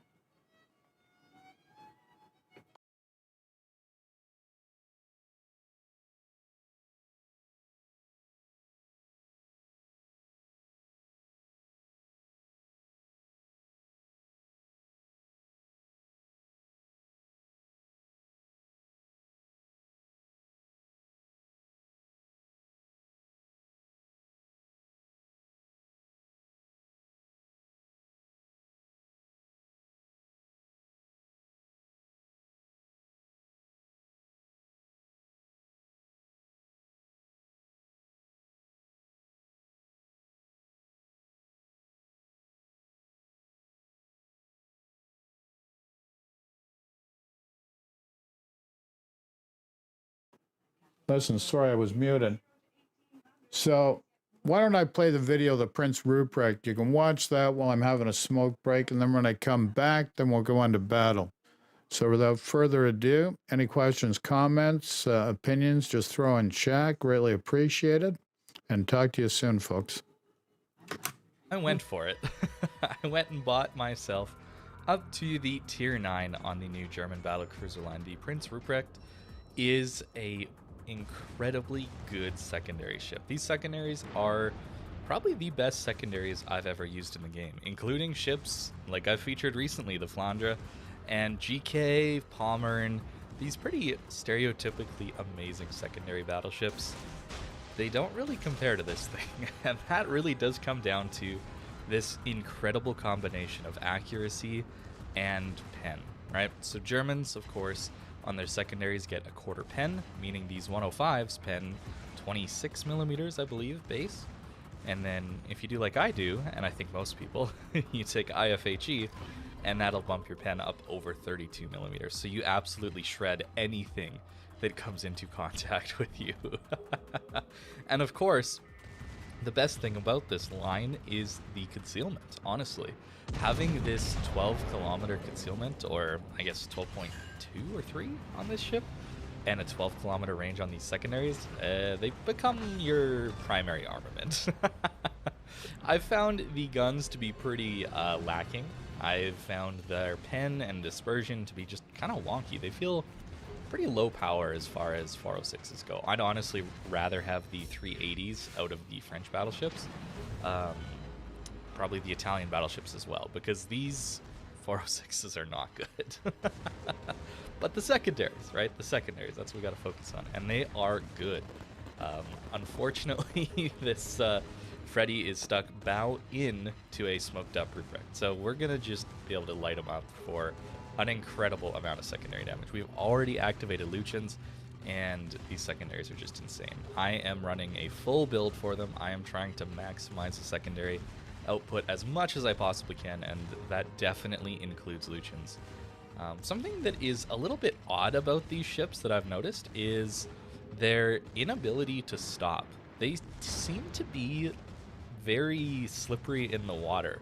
It's kind of odd. They don't actually accelerate all that quick either, but they're just really, really slow to slow down. Now we get ourselves a broadside Moskva, which should be just the freest kill, right? But no, 2 overpens. So inconsistent guns, but you do get these secondaries for sure. And if you do find yourself in a smoke like this, and even if there's a broadside Moskva at 9 kilometers, it's surprising, but the correct play might actually be to not shoot. Just stay dark and continue to use these secondaries. Now, the torpedoes on this ship are decent. I've got some pretty hilarious hits or kills every once in a while. You just kind of throw them into open channels and gaps, that kind of thing. They are not really preemptive torps. They're not torps that you're really going to be shooting off at, like, with intentions of hitting anything. It's mainly just, oh, if a ship ends up here eventually, oh, we might get a hit. That is how I've been using them, and they work pretty well for that, honestly. And you can see we just go dark. We can disengage so easily. Assuming there's not, you know, stealthy destroyers or cruisers around, this ship is incredibly good at using island cover and maintaining its stealth and getting these secondaries into the fight. It's really, really good at that.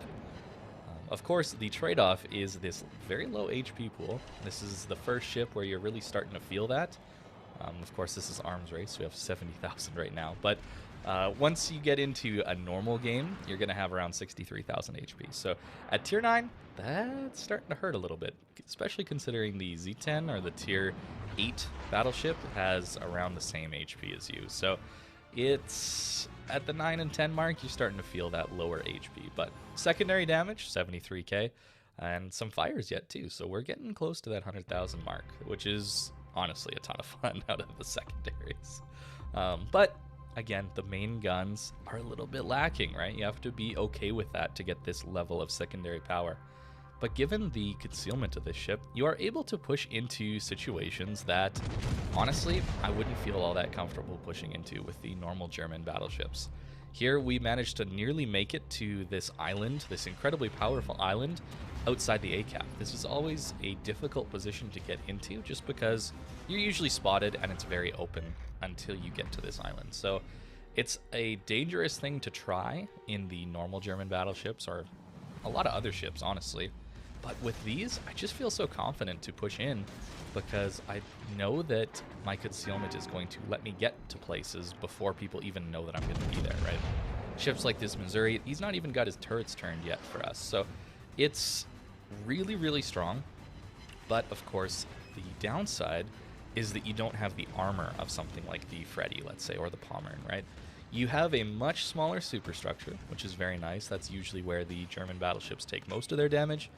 But you're not as tanky as the regular German battleships, that is for sure. You can still bounce some shells and get some potential damage, but the bow armor and the stern armor being only 27 millimeters means you're going to get overmatched.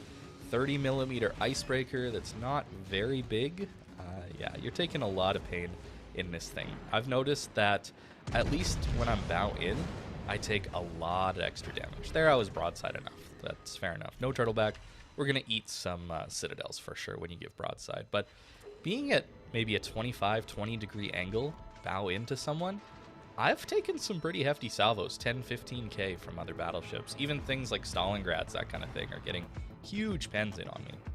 Of course, torpedoes and hydro are a pretty hilarious combination when DDs try to YOLO you. Yeah, this poor Udalai tries to throw his ship away just to get rid of me, and unfortunately for him, our secondaries are going to take him out. And I'm actually running the rudder shift upgrade on this ship, and that allows us to dodge a lot of torpedoes. This ship has, I think, an even worse torpedo belt than the normal German battleships. I actually haven't looked into it, but even if it is better or similar, you have just so much less HP that every torpedo hit just feels that much worse. We get the ultimate RNG salvo on the Buffalo, where everything misses but a single citadel. So we'll take it, but at the same time, it's like, really? We missed that many shells? This is an incredibly dumb push, right? This is like, the Udaloi forced us out of the position we wanted to be in, right? That's a very strong island to hold. But now we're in the middle of the open, facing off against a Missouri and an Iowa. Of course, they overmatch us in quite a few different areas. And all the ships south of A are able to shoot at us as well. We're taking a lot of damage here. And yet, we're still looking all right. This Missouri is taking some serious pain from our secondaries. And assuming our team is able to put some real work into these guys as they try and kill me, I might actually be able to go dark here. That's what I'm thinking about. I'm considering that I have a 12-kilometer detect, 12.2, whatever it is. But we actually are very, very close to being undetected. And that's why I'm not going to shoot here. I don't think it's worth it to shoot at this guy and get that 20-second debuff when these torpedoes look like they're pretty good on target for this Iowa. So that's what I'm hoping for. I'm hoping to be able to go dark here and get away with at least a little bit of HP. And he goes down to the torps. We do get a fire on us. Torpedoes coming. They actually run out. So we get very lucky there that they run out. And we're actually still dark. Even with this fire on us, there is nothing able to spot us. That is the value of this incredible concealment and secondary range. You can leave your secondaries on something to try and finish them off, and then because you're not getting that debuff from shooting to your concealment, as soon as they die, you can actually go dark and just slip away. It's really cool. There's a lot of thought that goes into brawling in this ship, right? When you brawl in a Kurfürst or something like a Freddy, the normal German battleship line, it's more, okay, can I go in now and be spotted and shot at a whole bunch without, and get some damage and do some work before I die? Whereas these ships feel a little bit more like hit and run ships, where you take a really bursty engagement with these secondaries and torpedoes, and then you just try and go dark. Of course, the guns can, you know, if you get very lucky, work, but that's like the only salvo I've ever had that's done that damage like that. So again, Battleship, it's full of RNG, right? We expect that. But this is a very fun ship and a very fun line as I've gotten used to it. I was very frustrated with the armor and the lack of tankiness at first, but as I'm learning how to play this more hit and run style and use the concealment, use the strengths of the ship, it's just only gotten better and more fun for me. So definitely a great line to go up once it gets released next month. For those of you that are waiting for it, this is a lot of fun. It's a very different play style as far as the brawling is concerned than the normal German line, but I think that's a good thing. This ship really is a ton of fun to play, and this right here is the build that I'm running on it. I don't know if it's quite the right one, but it very much is all in on these secondaries, getting the extra range, damage, and reload on them as much as we possibly can. The accuracy, of course, is very important.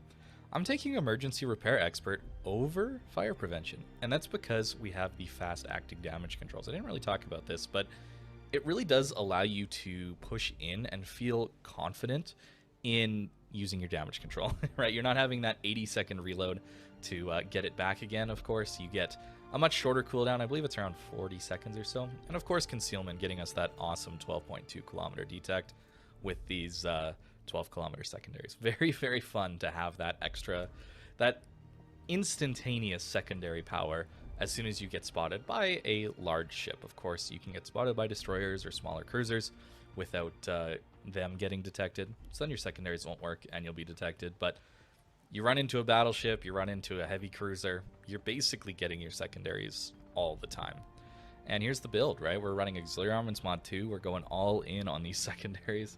Concealment, of course, trying to get that nice pairing of concealment and secondaries. I'm running steering gears, but honestly, Prop Mod has me interested just because of wanting to use islands and accelerating, that kind of thing is quite nice to have. I don't think Damage Control System Mod 2 is worth it, honestly, on this line. Just because you have these fast damage control teams, right? 38-second reload on this build right here, considering I believe we have a flag. That's why we're getting that little bit extra. But usually 40-second reload time. It's very nice to have. Secondary battery mod, pretty standard. Damage Control System Mod 1, pretty good. You could think about Hydro mod, but I haven't run it here. And Auxiliary Armaments mod. That is what I'm running so far. And it's been a ton of fun. But just to let me show you where you're getting a bunch of damage in. If you angle like this, yeah, you're getting your secondaries off. It's all good. But yeah, this is a large weak spot, right? So that's what you're going to have to worry about. I've thought about going stern in a little more often. You can see that the weak spot is far, far less here. We do get a 32 mil deck, right? So we get decent ability to bounce shells from the stern. So I've been considering doing the stern in play rather than the bow in play, but given your concealment and your ability to push, you're probably going to be bow in a lot more. So just be aware, you're taking a lot of damage here for sure, but a much smaller superstructure than its counterparts, right? Let's just flip over to the Freddy real quick. Yeah, that's a pretty large difference in superstructure size. So you're a little weaker on your hull, but you don't have this massive weak spot that the normal German battleships have. And just to round it out real quick, I'll show you what the Schlieffen looks like with its armor real quick. It looks like it's going to be a lot tankier, just because, yeah, 60 and 100 here, and it goes much higher up. So you still have this little weak point of 27, but that's going to be much harder to hit than what the Prince Ruprecht has to deal with. You do get a bigger superstructure because of this, though, and of course you do also get a 50mm deck instead of 32, so much tankier overall, but at tier 10 with 76,000 HP, not the best. Not the best, of course, but I'm very excited to try this thing out. After playing the Prince Ruprecht, I cannot wait to get my hands on the Schlieffen. So expect that to come when these ships finally release. But for now, Prince Ruprecht is a ton of fun, and the entire line so far seems pretty good. I have only played one game in the Zeta, and I was very excited to play this thing. But you can expect a video on the tier 8 coming up eventually. But my first game didn't go so well, so we'll see how that turns out in the future. But for now, thank you very much for watching, guys, and I hope you have a great rest of your day.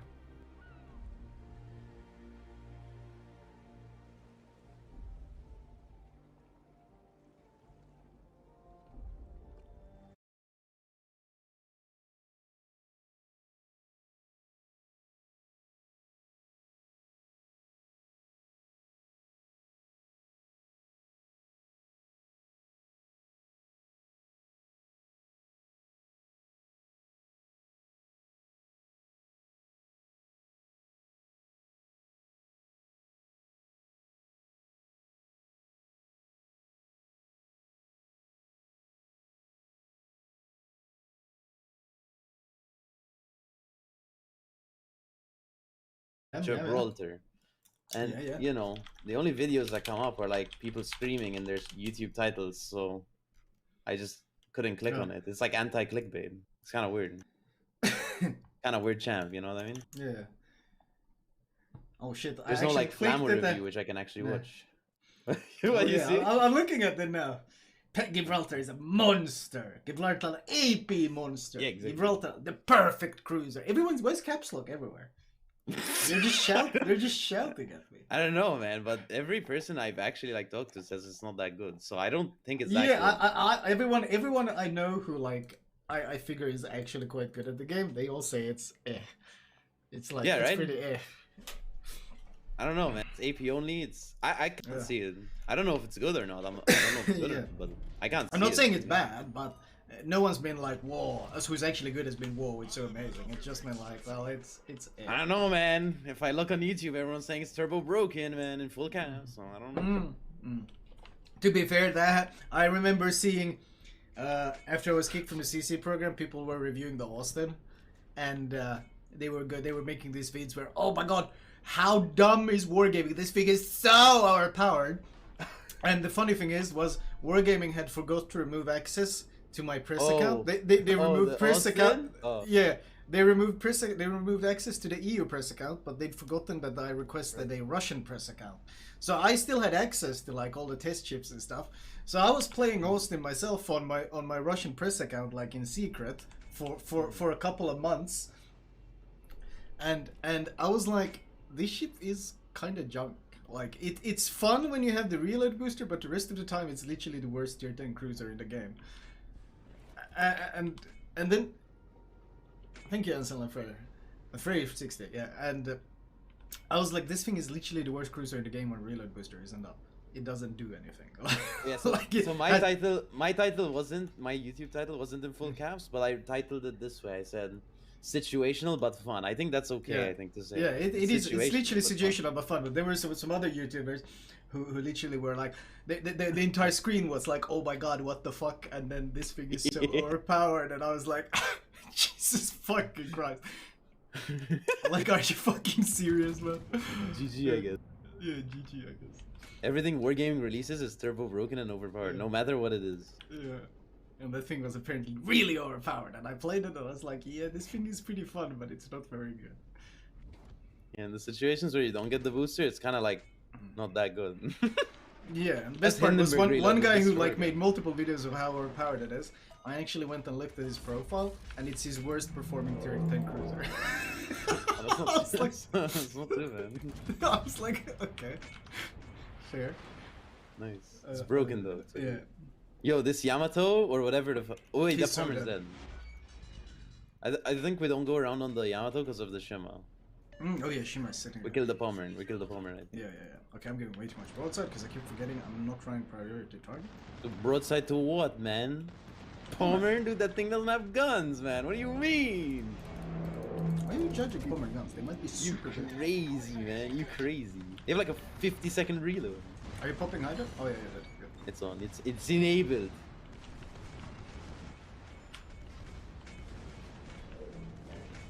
Torpedoes off backboard. Shima is so sad we didn't go around that way. Yo, is this how you play Palmer or like what's up? I mean, he's getting his secondaries in on the target. Can you judge? I can. Oh my He god. probably has more Alright. secondary hits than I do. Look, think about it this way. Palmer guns. Look, think about Kearsarge. Kearsarge has like the same reload almost as Palmer, except with God tier gun. Is it interesting? Oh, I need to turn right, otherwise I'm gonna get torqued by this Shima. Oh, what is this Shima doing? He's good I'm getting into your torqued by this secondary. Shima. Why is he in your secondary range? Is that good? He missed all the torps by the way, because I'm gonna press W, and apparently that's an exploit or something. Oh, nice Hindenburg by the way. The Shima's just getting secondary. I haven't shot him once, and he's lost Oh, my secondary half his refused to HP. shoot. There we go. Back to secondary. Shot a bit. He's getting dumpstered by like bots. Oh Wait, my the God. Yamato's beaching? Yeah, I know.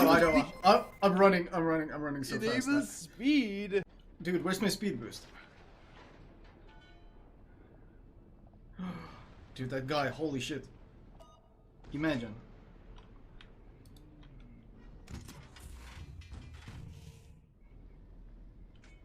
Oh my god.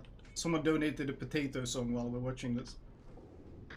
Oh, the good one, the old one?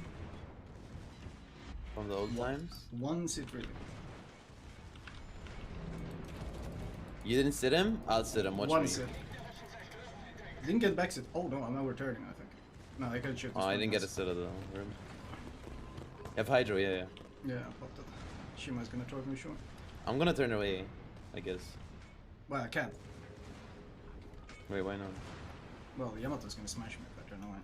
Dude, just risk the broadside. A full game return? Yeah. If Okay. you die, it's my fault. Yeah, true. There's the torps, I have to do it anyway, so. Okay, I'm dead. I'm actually dead. Okay, Yeah, you never died. mind. Holy shit. Is this what potato armor feels like? Yes, What you the turn hell? If you turn full What? broadside, normally you don't get like this. Like, what? Oh my god. What? That's incredible. How does that work? This is 52 in my second. I mean, that's why I told you to turn, because it's nothing's gonna happen. Hello? This game is interesting for sure, man. Dude, this guy's having such a good time. Like, zoom in and look at this guy. Look at this guy. How much fun he's having. Oh my Stop god. the challenge, by the way. He's having so much fun right now. How much damage are you on?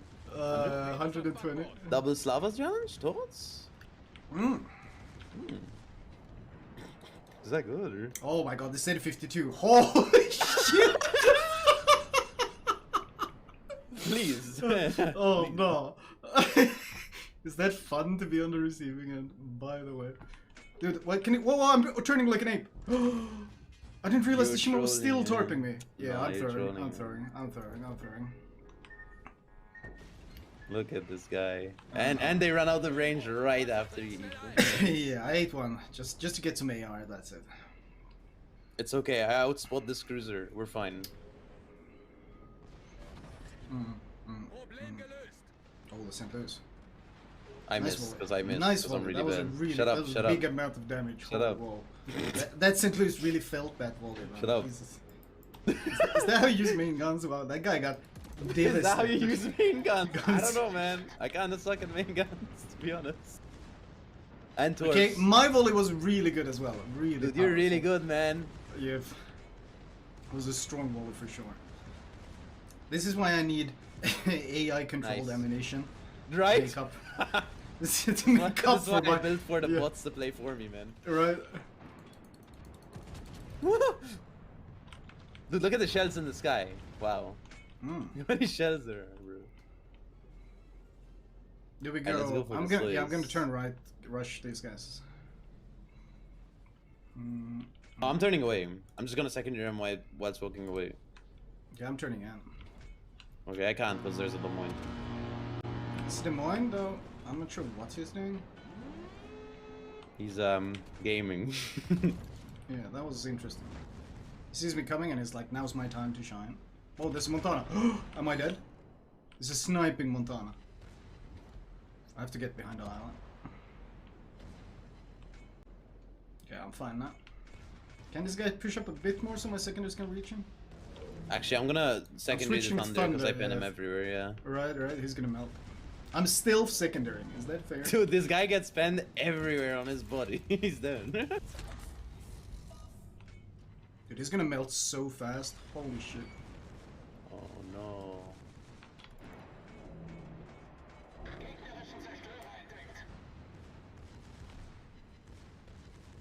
Oh no. Oh no, he's half HP in like 20 seconds. Very good. He damaged con while under that fire. Interesting.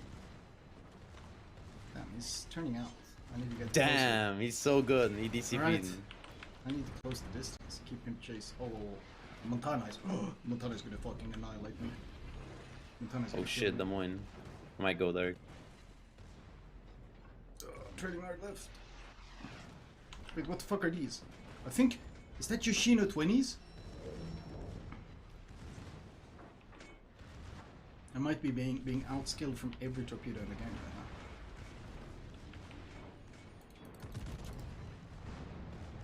Okay, I want to go push this Soyuz next.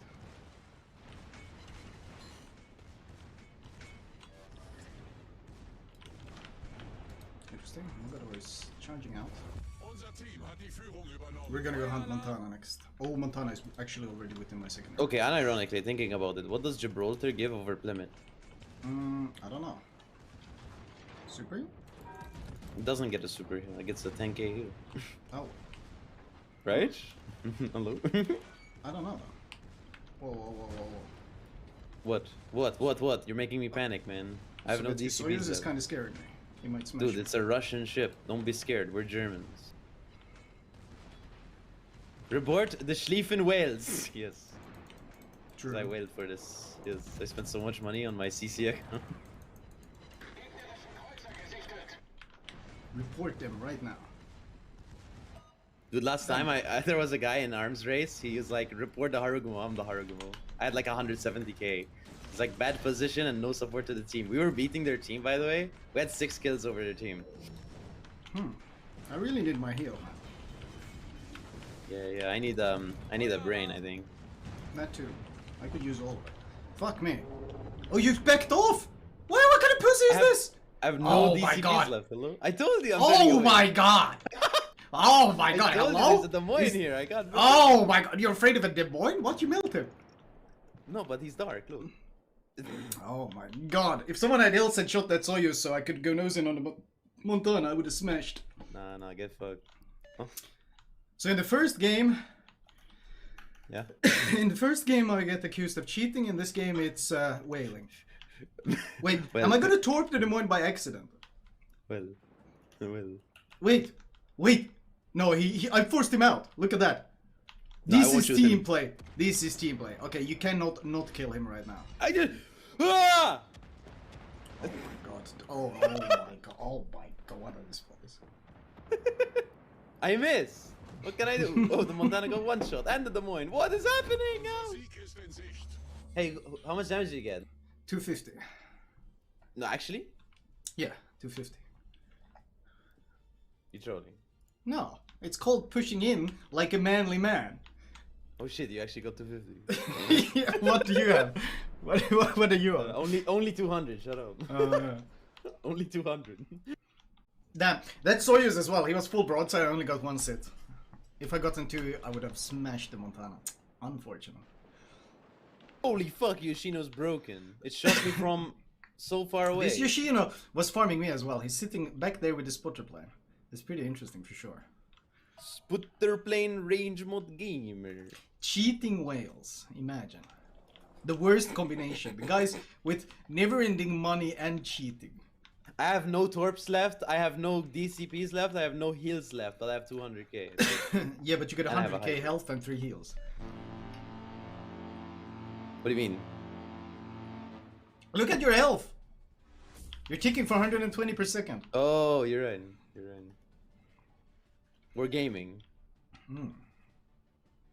Pitiful pay to win game. Who's this guy who's so mad? The Mogador. Oh, that's him. Bro. Yes, Schlieffen really just so overpowered, man.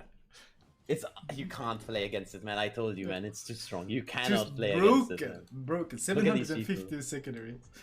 They're just suffering, man. How did you top the scoreboard above me with Because your I'm better. sniping, base camping, spotter plane, range mode gameplay? How the hell Because did that beat I me? didn't only shoot battleships. Remember at Shima, my I God. dumpstered them. Oh my Hello? god. Oh my god. My secondaries actually beat my main guns. Nice. They did 126k. My main guns did 123. They actually beat my main guns. I'm gonna try it. I'm gonna try this super turbo broken shim. 10-minute game, 250. That seems good. How broken is Schlieffen? You were reported! Oh my god. The no fire prevention, no priority target, broken ass Schlieffen combination. Get fucked. Stop cheating, Schlieffen guy, man.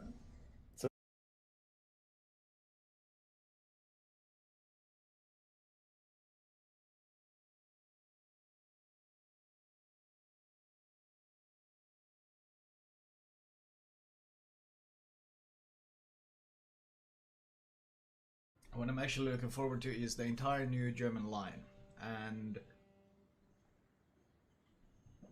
the huge battle, Royal Navy battle cruiser. Right, let's start it off. We can start off with the Germans. We can actually start with the premium Schönberg. What is this equipment? What is special about it? 150, 7-second reload, 16.5 at tier 6, that's pretty okay. 8 km torp, 65, 11.9 range and speed, 36, yeah, it seems pretty standard. Def chargers, of course.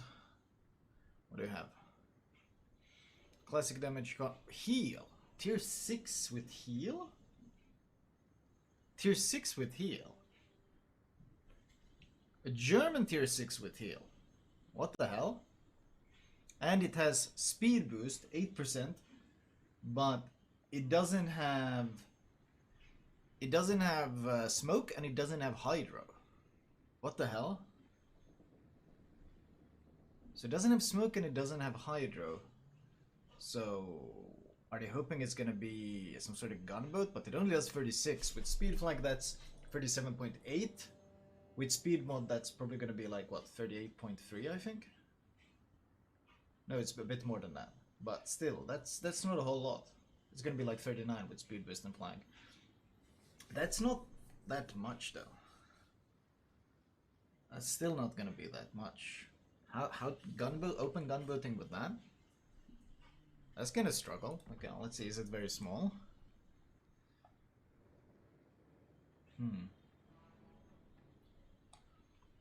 Range was 11.9. It's actually pretty big. Like look at the thickness on this thing. It's pretty damn thick. Flat booty. Really long ship in fact. It's got 8 torps. 4 guns. Is it 4 guns? Yeah, it's 8 torps, 4 guns. No smoke. Karl von Schönberg. With that speed and that size, How the hell do you open water gunboat on this thing? Isn't it just Gaere? Looks very similar.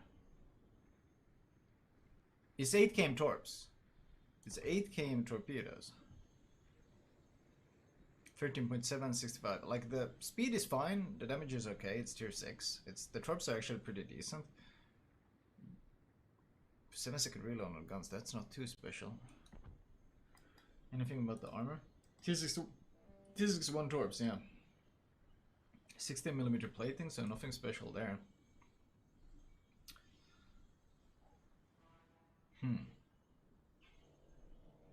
Interesting. 7-second reload on 4 guns is pretty terrible DPM, to be fair. Like, it's just pretty terrible DPM. It's 150s though. If it gets decent AP pen, you could technically smash low tier cruisers pretty hard. Because they don't really have any armor, so if you have anything resembling decent pen, sure. 3.7k citadel damage is quite significant. I mean, that's 7.4 for 2 citadels. Potentially you're doing 15k with 4 cits, which on lower tier cruisers is a shit ton. But I'm not sure about the mobility. It seems pretty questionable. Expecting good pen on German DDs, yeah, it's a bit iffy. You honestly, you have no idea what the pen is gonna be like. It can be like ZF6, which has complete junk pen, or it can be something like the Schultz. Suddenly they decided to give it really good pen. I don't know. Seems questionable. The consumables indicate open water gunboat, but the gunpowder and the size and speed that indicates the opposite. So I don't know. Rough one. Rough one to decipher. We'll see what they do with it. Von der Tann. The new German line then. 283s, so very much battlecruiser guns. 36.5k, which for tier 3 isn't bad. 14.3k range, not too bad either. 27.5 knots. My god, this thing is gonna be fast among the low tiers. That's so fast. Like, everyone else is crawling along at like 20 knots, 21, 22. This thing is doing 27.5.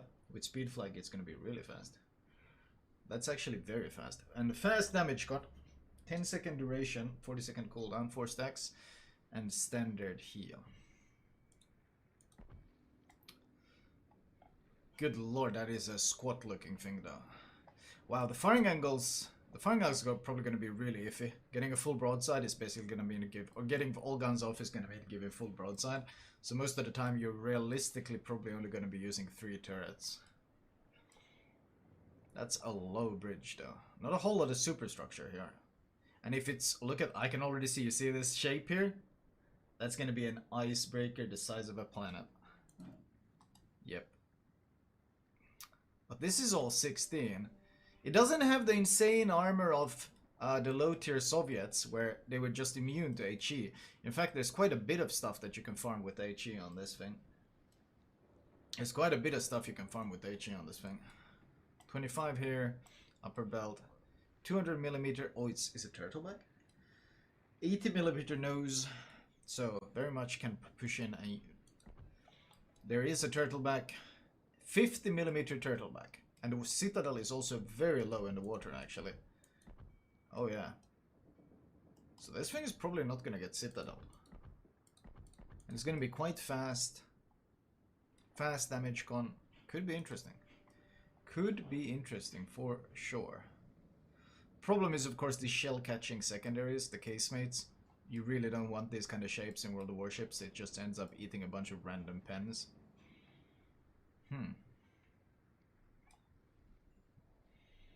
So 27.5, that's fast. That's very fast for the tier. Very fast for the tier. And we have Moltke. Another real ship. Well, the angle of the turtleback is the O class. Oh, that's not good. The O class turtleback gets citadel. That's actually not good. That's a bit of an off. Still 283s. 28-second reload. 40.8k. Actually has some AA. Pog U. 15.4 cam range. 28.4 speed. Damn, these things are fast. These things are fast for low tier. That's 29.8 with speed flag. This thing is doing 30 knots with speed flag at tier 4. That's pretty nutty actually for tier 4. That's cruiser speed at tier 4.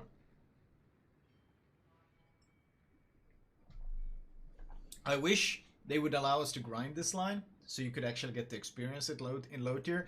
But you know Wargaming is gonna do their classic monetization bullshit where, oh, buy our totally not gambling crates for a chance to get the tier 9 ship and skip the entire grind and skip everything and just play our fantasy ships. So they're gonna sell the ships, they're not gonna grind them at all. So classic. Are you gonna play at all? You can't play them. Fast damage control. Repair party. Okay, folks, how you doing? Listen, we're gonna go back live into a game, and I finished a game with the Yoshino. Let's just go to the live screen. Finished a game with the Yoshino. It ended up being a loss, but the whole reason why I'm doing is trying to get naval battles for the clan. Now, I think I may do a game in the Henry now. Let's see if I got what I needed for the Yoshino. I don't know, because it was oh yeah, I did. Sometimes when you get a loss, you know, it changes everything considerably. So let's look again for 1 game, 2 stars. I think it's also, yeah, French cruiser. Cruiser's my game. So let's go to the Henry IV. We're going to go in game with the Henry. It's been nerfed from its original state, but it's still a good ship. I like cruisers. Cruisers are my game. And let's, where is the Henry? There's the Henry. Okay. Let's throw a captain on him. Who are we going to throw on? Our Carnot? Our Carnot captain. Oui, monsieur. Okay. Let's see if we can throw some more flags on this ship. Yes or no?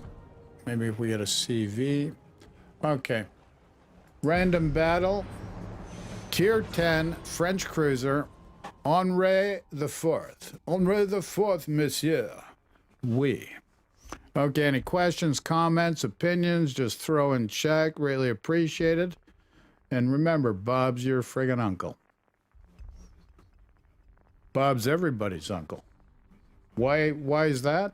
Because we standardize things, nobody can be offended. So that's how Bob became everybody's uncle. Okay, so we got tier 10 CVs, which are aircraft carriers on each side. Only 2 destroyers.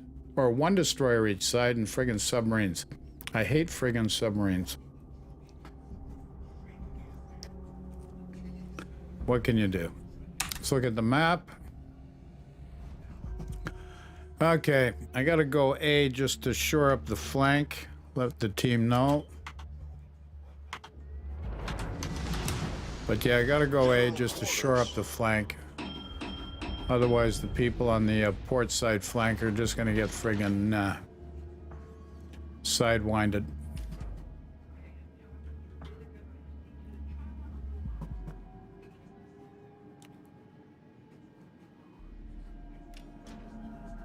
Probably should update the commander skills, but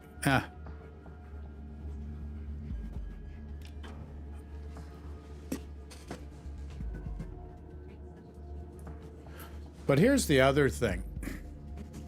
Acknowledged. You know, they do a commander rework. They don't give you enough time to friggin'... You get so many ships in port, you don't have enough time when they do that to reconfigure everything.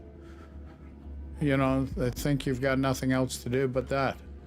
Friggin' morons. Warships just got to get a little more... into an understanding of their player base. When this type of game has probably a high turnover rate or churn rate. Let's look at 20.6 on our main battery guns for range, which isn't too bad. That Yamato can nail us from here. We got to watch out for the Venezia.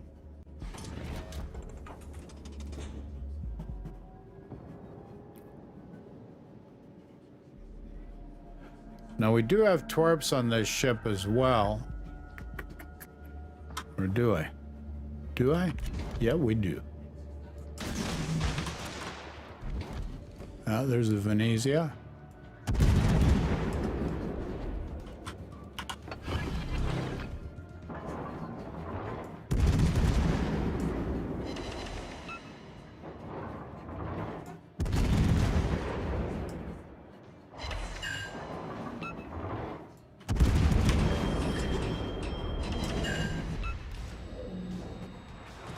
That was a good shot in his part.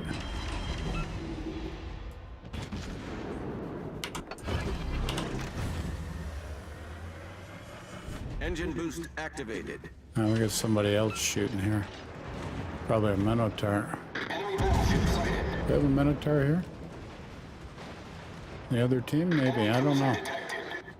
Should have paid more attention, folks. Yammy's shooting at me. Everything's shooting at me. We got to get out of here. Just not enough help on this side.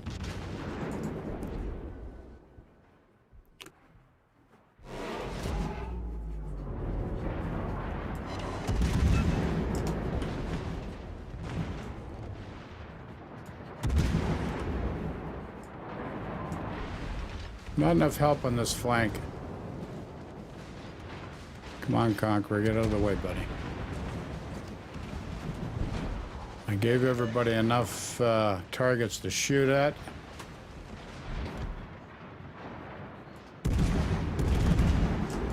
Oh, there's a Stalingrad there, too. Interesting.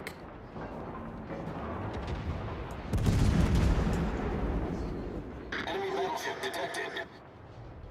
Enemy cruiser detected.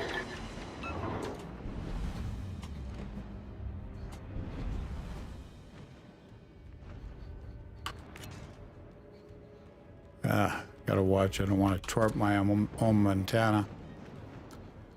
Don't want to torp the Montana.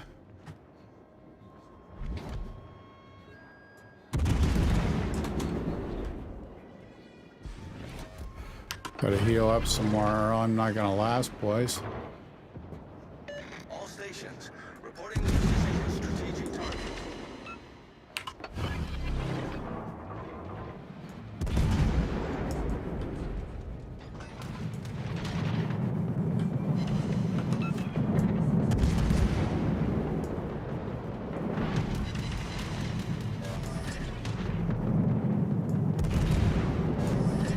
I'm freaking going way over like that.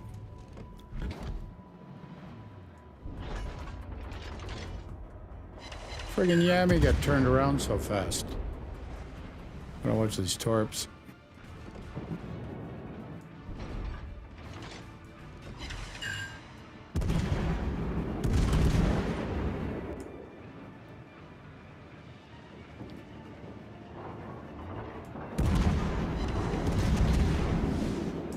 Got a fire on the Yammy.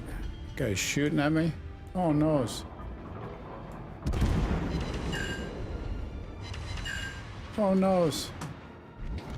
Same with the Stalingrad. Cool. I get some fires in the Stalingrad. Gotta watch this friggin' Yammy though. Requesting assistance. Yeah, he nailed me pretty good. Not much I can do. Where's the rest of our team on this flank? I gotta get out of Dodge here, boys.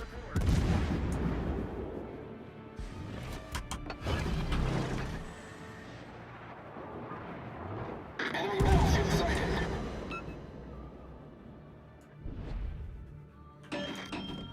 Oh shit, wrong button. Wrong button. Gotta go the other way. Enemy cruiser detected. Just gonna stay on the rail. It's gonna be hard for them to hit me. Allow my guns to get around. Engine Engine boost deactivated.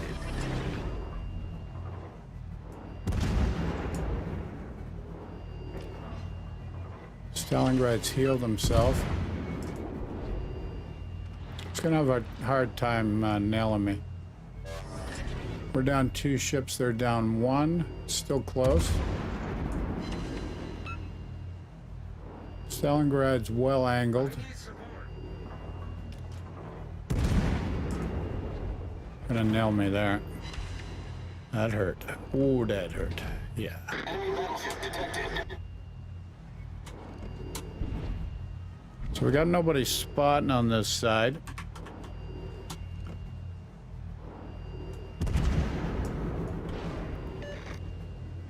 Now, one shot by the Stalingrad, I'm toast. Cruiser detected. Gotta try and get off this rail.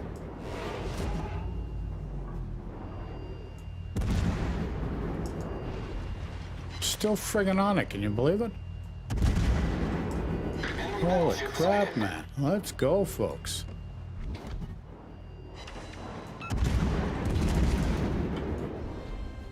Come on. Holy crap, man.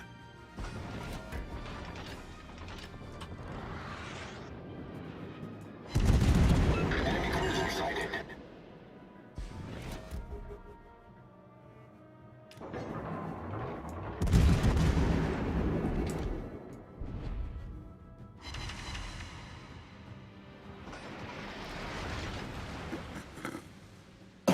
Excuse me. Well, we got the, we're down 3 to their 1. We got the Witherer. Mind you, we're hurt. We don't have much HP left and 1 heal left.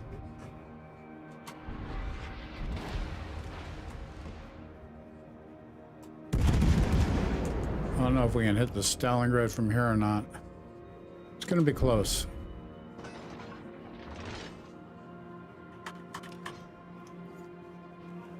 Got to get in closer. Yamato, yeah, got a non-pen on him.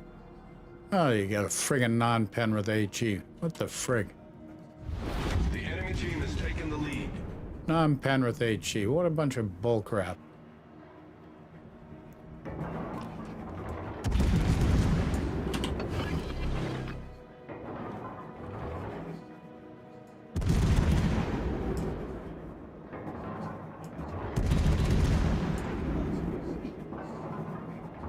Enemy submarine spotted. Enemy submarine, huh?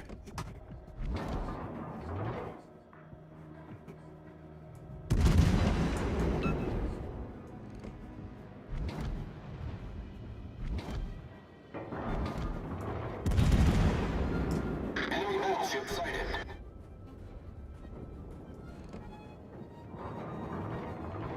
Enemy cruiser sighted.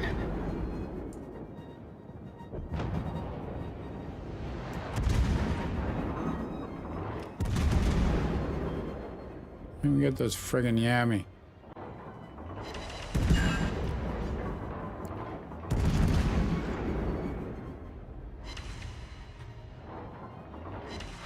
Ah, we finally got it. Cool. Got the arsonist flag. He's shooting back. This is going to be a tough one, folks. He missed with all but friggin' 1, eh? 4,500 almost. Holy crap, holy. Okay, so things are looking tough for our team here. Okay. We gotta leave Dodge here. Activated. How are we gonna do this?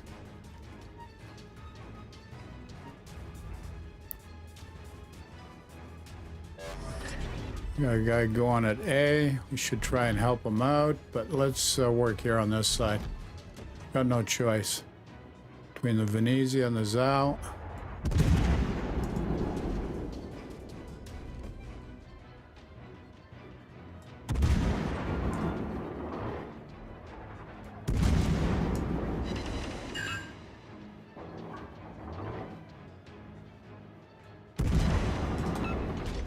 Is he gonna get a shot on me? Yeah, he is, bugger.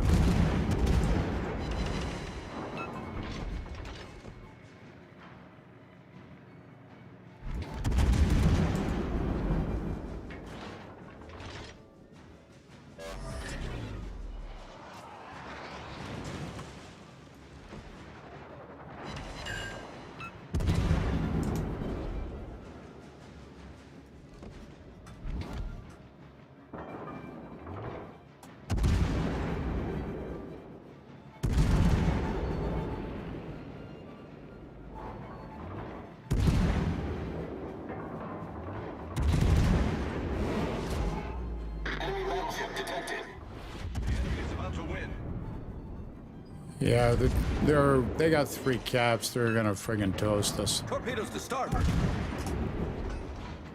Torpedoes. Oh my.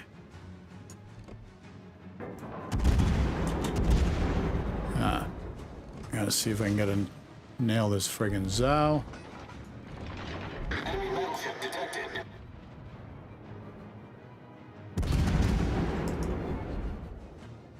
Enemy cruiser sighted.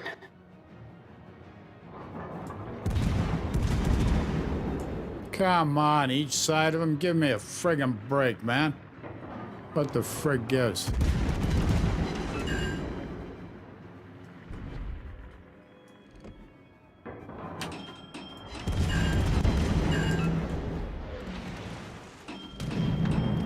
Oh, I'm gonna be toast soon, boys. I'm gonna be toast soon, lads.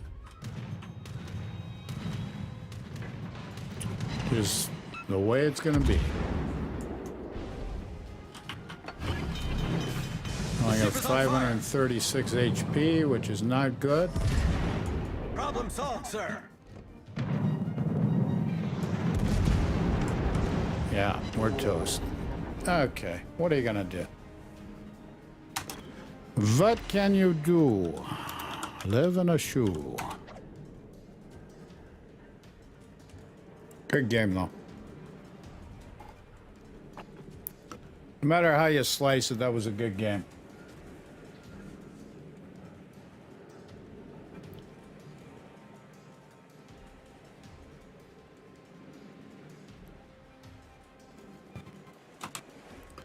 So they still have 3 caps. We have no hope in friggin' you know what. And it's going to freeze over before we do. And we're just in bad shape.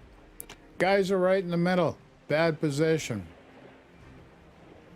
Friggin' right on the B line up to AB, you know, so you're in a bad position there. That way you get nailed from each side. You never want to get into the center and have a crossfire on you. It's the worst position you can be in. Together, they should probably all slide over to the C cap or in that direction and just kite the ships coming from A and deal with the Salem, who should be near dead, or they can take out very easily at C. So, as well as the Venezia. You know, I got some hits in the Venezia, and this is where the Midway's hanging out based on what we see here now. Never underestimate the importance of flanking, folks. That's it. That's the key aspect of the game. You get that right, you're going to win a lot of games. But it requires all 12 guys being on the same script. And that's where it's an issue, because in random, you don't have voice comm between other team members, and communication is one of the most key elements overall. So we managed to get 1 kill. And 18 defended, 13 fires. We did well in the fires department. Got an arsonist. And we got a witherer. Okay, let's see how we did overall. Number 2 overall. Cool. Do I have enough for naval battles? 1348. The problem with the loss is your received XP is friggin' way lower than if it was a win. Oh, well, what can you do? Okay, folks, I'm signing off for the day. I'd like to thank you for watching. We'll be back live next Saturday and Sunday, 10 a.m. New York time. So everybody, you stay safe, be good, sending you my love, because COVID-19 is not over with yet. So stay healthy. Your health is priceless. Stay safe, and we'll talk to you all soon. Take care, folks. Thanks for watching, and be good.